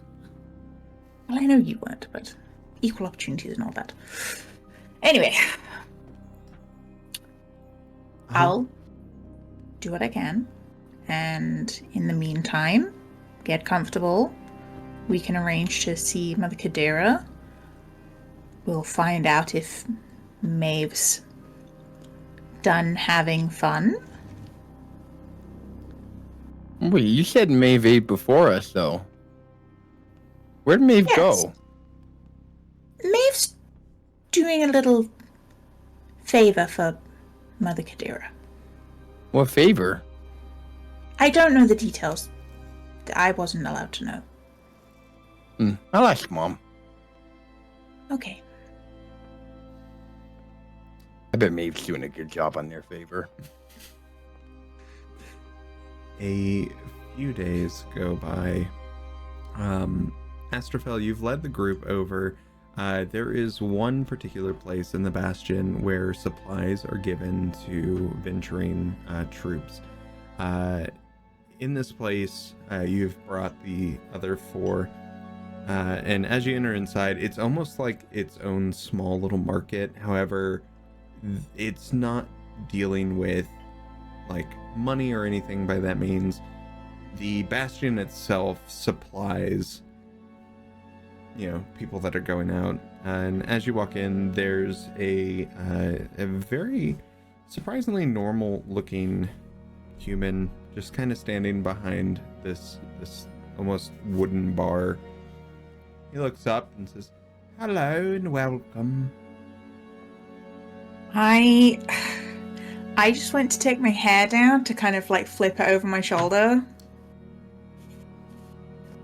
I only did this yesterday, I should point out. This is pretty new, but boy howdy, that was a fucking wake-up call. Thank you, Jakey. I appreciate your doing that for me with the drawer and everything. Incredible. Your phantom hair. Yeah, right? I was just like, oh. Metal Gear Phantom hair. Okay. That's mage hair. I might have to get a wig for the stream game. Like, damn. Yes, wig. Yeah. Do they look like they're like all of their faculties are theirs and they're not being charmed or anything? No. Okay. All right. Well, I won't flirt then. Supplies, dear. Yes. What kind of supplies may I get you? Right, what do we need? Well, I suppose some vials would be handy. Have you seen our newest thing? The pocket coffins. I turn to the other two. Are you interested in pocket coffins? Hastur, at this point, because it's been a couple days, is full sized as they're coming to the market, and just like kind of like pocket coffins. Yes, wonderful. Yeah, might I? And he like kind of steps to the side and goes down this like wooden bar, and he brings over this little glass case and sets it down. As he sets it down, he flips it open. Gets in There the lift. are coffin, like little miniatures. There's about 40 of them inside this glass case, and there's these tiny little coffins. Yes, you take the miniature coffin, set it on the ground with enough space, say the command word, enlarge. This coffin opens up into a larger full-size coffin. It is great for vampires on the go. How much? It is free. Oh, yeah. I want one. Easy. Hastur That grabs should the be- box of 40. Does it work on all of them? Enlarge. It does. Boom, boom, boom, boom, boom, boom, boom, boom. The room is filled with 40 coffins and caskets, just like crashing into things. Things are breaking. Bottles are coming off the walls. And he looks at you, Hastur, and goes, "How inconvenient." Oops. As like part of his arm is now missing, as one of the coffins had enlarged and literally just knocked his arm off. Says, I will have to get I'm that just gonna- reattached. I'm just gonna shout, reduce!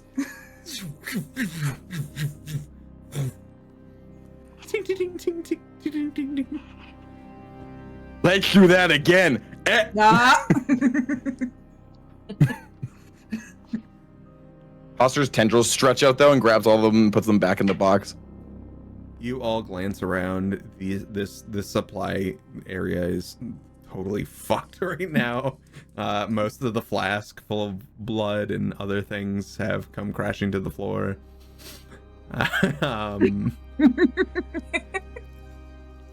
Somehow I Is this a good feel this opportunity? might be my fault. Can I take this opportunity to see if there's anything of note that isn't necessarily such an easy thing to give out per se, like something that might actually require like paying of some sort, that might just be on the ground now, helplessly laying. We got an opportunist among us. I mean,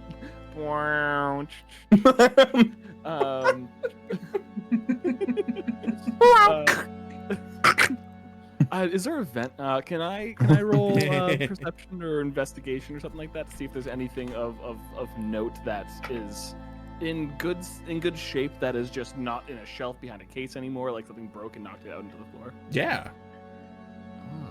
Do you prefer either investigation or perception? Investigation would probably be good. Cool. Hey, 25. Beautiful. You actually find a couple of cool things. One is a unbroken vial. This one, it looks very much like the vial that Astrophil had given you at the very beginning, where it's still like warm to the touch. And as you hold it, it has these faint golden runes on the inside of the glass. And you take a better look at it. Do you have Identify or anything like that you would like to use? I don't know if I have Identify. What level spell is Identify, actually? Because I might actually. I believe it's First level. yeah, I was gonna say I believe it's a first. Hastur will make Arcana check. Hastur can identify. That's a 4. Nice. 7 minus 3. I haven't selected spells from leveling up. Could I have added that to my book? Yeah, for sure. Sure. So, well, that's been taken for that. So no other choices there. But I will. Yeah, as you do this ritual for Identify, it's going to let you check out a couple of these items that are on the ground. The first one you come across is that vial. It labels itself as the Everfresh Blood Vial. This simple vial with its golden runes on the inside of the glass, if you add any organic material that is kept within the vial, it does not rot or decay and is kept fresh. Therefore, you'd be able to exsanguinate a victim and keep their blood fresh.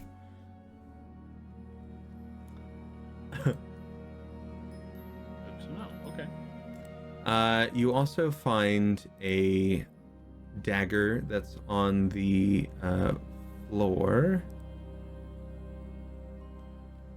This one is the hilt of it has these like bat wings that come off, and there is it looks like it's, the best way I can describe is it looks like a line has been drawn down the middle where it's kind of hollowed out down the middle.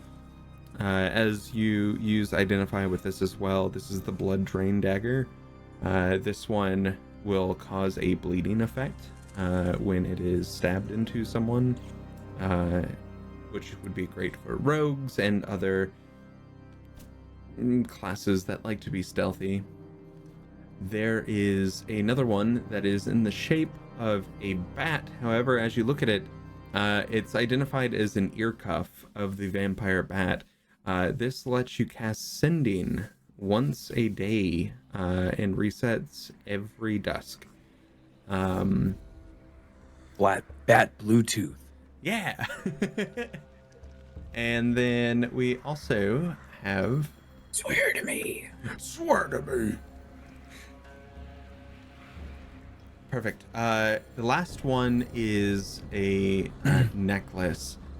This one, as it identifies itself as the Crimson Amplifier, as a bonus action, you can push your finger on the needle on top of this pendant. This drains a single drop of blood into the pendant and deals 1 piercing damage. The first evocation or necromancy spell you cast within an hour deals an extra 3d4 damage, or if it has a save, the DC increases by 2. It only amplifies spells of the attuned creature when its own blood is used. This is very much a sanguinemancer. There we go. I was trying to think of the word. There is a specific faction in the Order Immortalis. They're known as the Blood Guard, who are very adept at blood magics. This appears to be something that they might use, but could also come in handy with a wizard such as yourself. Okay. Can I in the wreckage like accidentally kick the dagger over to Morgrid? Oopsies.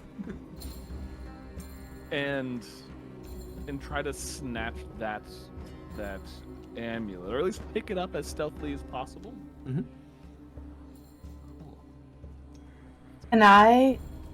Oh, sorry. Oh, I was gonna say, let's go back. I'm gonna roll sleight of hand if that is okay. Yeah, and Morgrid, go for it. I was just gonna say, can I cast Invisible Mage Hand to pick up that dagger and stow it? Absolutely. Trickster. A whopping 5. As you try to sneakily pick up this necklace, the market man looks at you. I don't know why you are trying to be so stealthy about it. You may take it.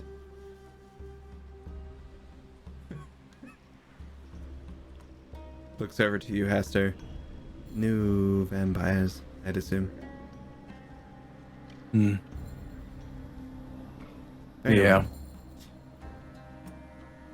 We also have some other things that might interest you.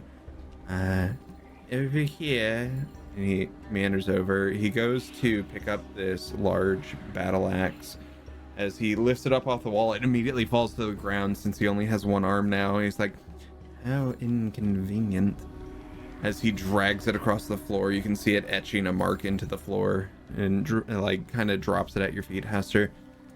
This one very much has the same look as the dagger does, as it has this hollowed out line on there. Rias, you may look at this and be like, okay, this probably does what the dagger does. That's what the dagger does. And The blood drain. Just for my note keeping, as he places the book, you see his like stump go to move to grab a pen. He stops. How inconvenient. As He grabs the pen with his left arm and tries scribbling down. For our inventory, I need to write down what has been taken. I can write this for you if you'd like. Can I grab his arm and start trying to stitch it back on? Yeah. He kind of just like he kind of just holds it out for you. It's very much a kind of just holds out. Yeah, and I wedge it under an arm as I start like just stitching it back on. Are there more of your group that need things? Looking over to you, Astrofel, as you're stitching up his arm. I mean, I'm a sucker for anything shiny, but... Are you looking for weaponry, or are you looking for something else? I mean, I'll take something else. Yeah, something interesting. I do believe we might have some clothing or armor, if that's something up your alley.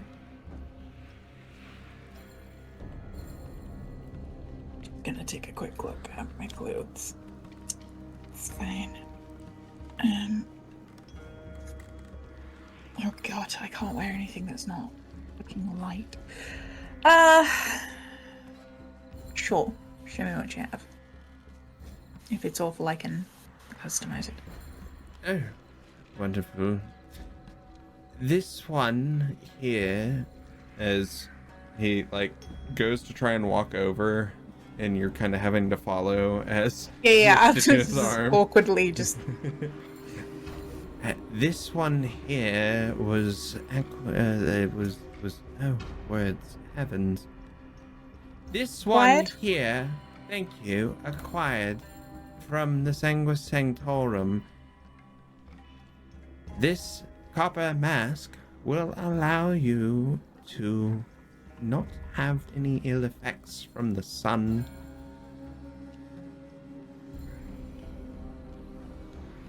He just kind of stops. I mean, that would be good, but my face is rather stunning.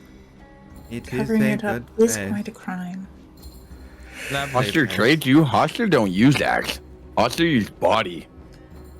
A ducky pie, I'm not strong enough to pick that up on a good day, never mind in a fight. Oh. But would you like the mask? Is there more than one? Let me check the inventory.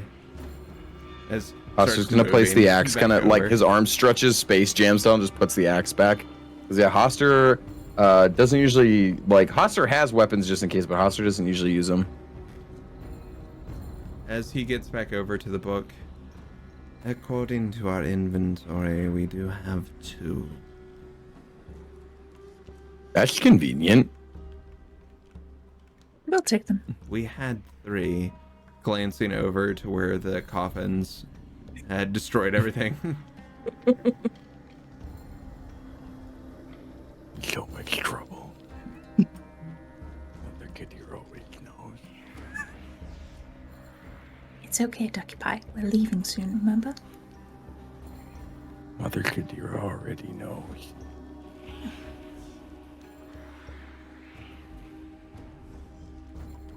It'll be Takes the mask. It's just It disappears. yeah. Inside, perfect. These masks are to be worn during sunlight hours. Do be aware if you do have sunlight sensitivity to the point where you will burst into flames, this mask will not help, as you will need to cover the rest of your body as well. Of course. I sure felt you could wear fun accent piece on your shoulder. Then you don't have to cover a pretty face. But then I'd have to cover my pretty shoulder. Sun will still hurt you, so if you have it, would you rather be comfortable under sun or pretty?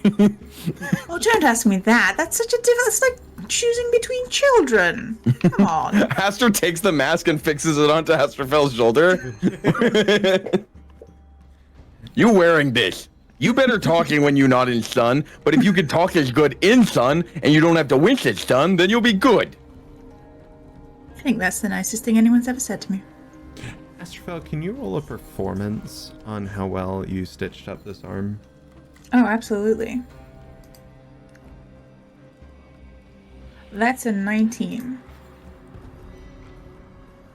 He lifts his arm, says, "Wonderful, thank you. This is much more convenient."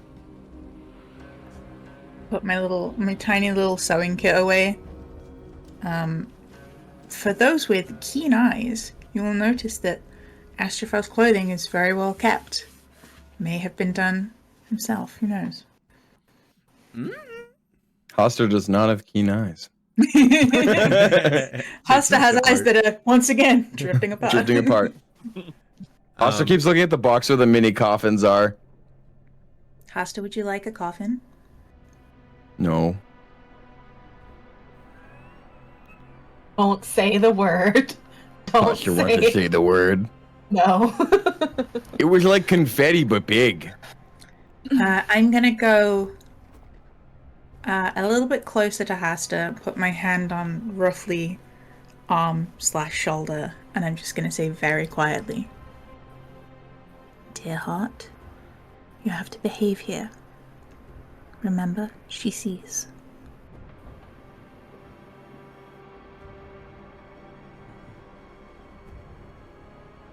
Hearing specifically the phrase "she sees," there is a moment where Hastur's face goes vacant, and his right eye glows a green hue, and Hastur suddenly shudders, shakes his face. Maeve is not doing chore. Ash lied.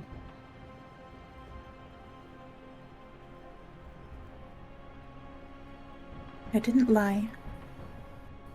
I was never told the truth.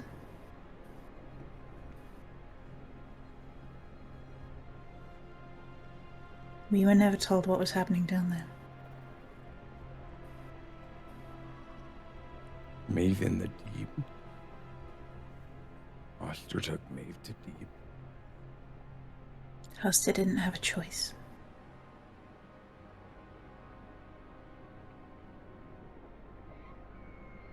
It's not fair. I know. Hastur wants to be strong like Morgred.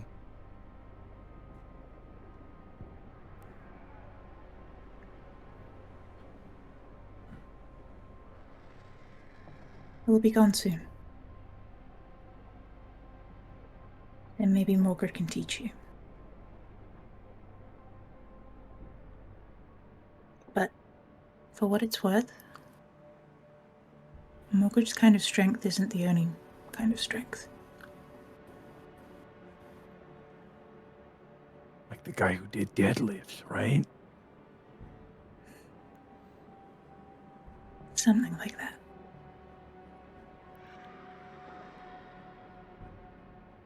Hastur was told he's not allowed to do CrossFit, because apparently talking about crosses hurts some vampires. Well, yes, but CrossFit's a cult. It's true. Oh. Also, why am we whispering? I don't know, but I quite like it. I think that shopkeep does CrossFit, if anything. I do not. That looks like a good cross stitch on his arm. Thank High you. five. It sticks.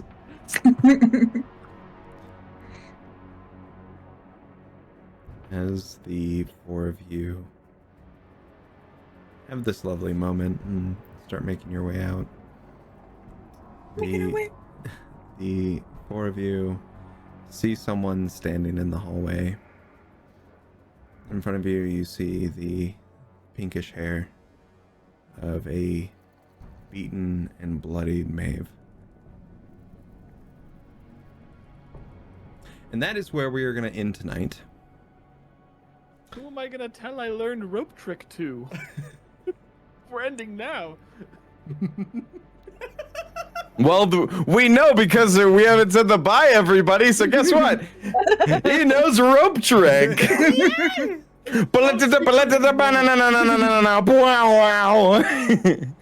Up the rope.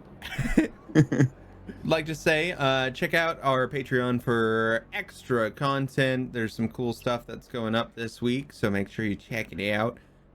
We have some maps that were recently added in there from our last episode, so if you want those battle maps, there's only one place to get them, and that's there.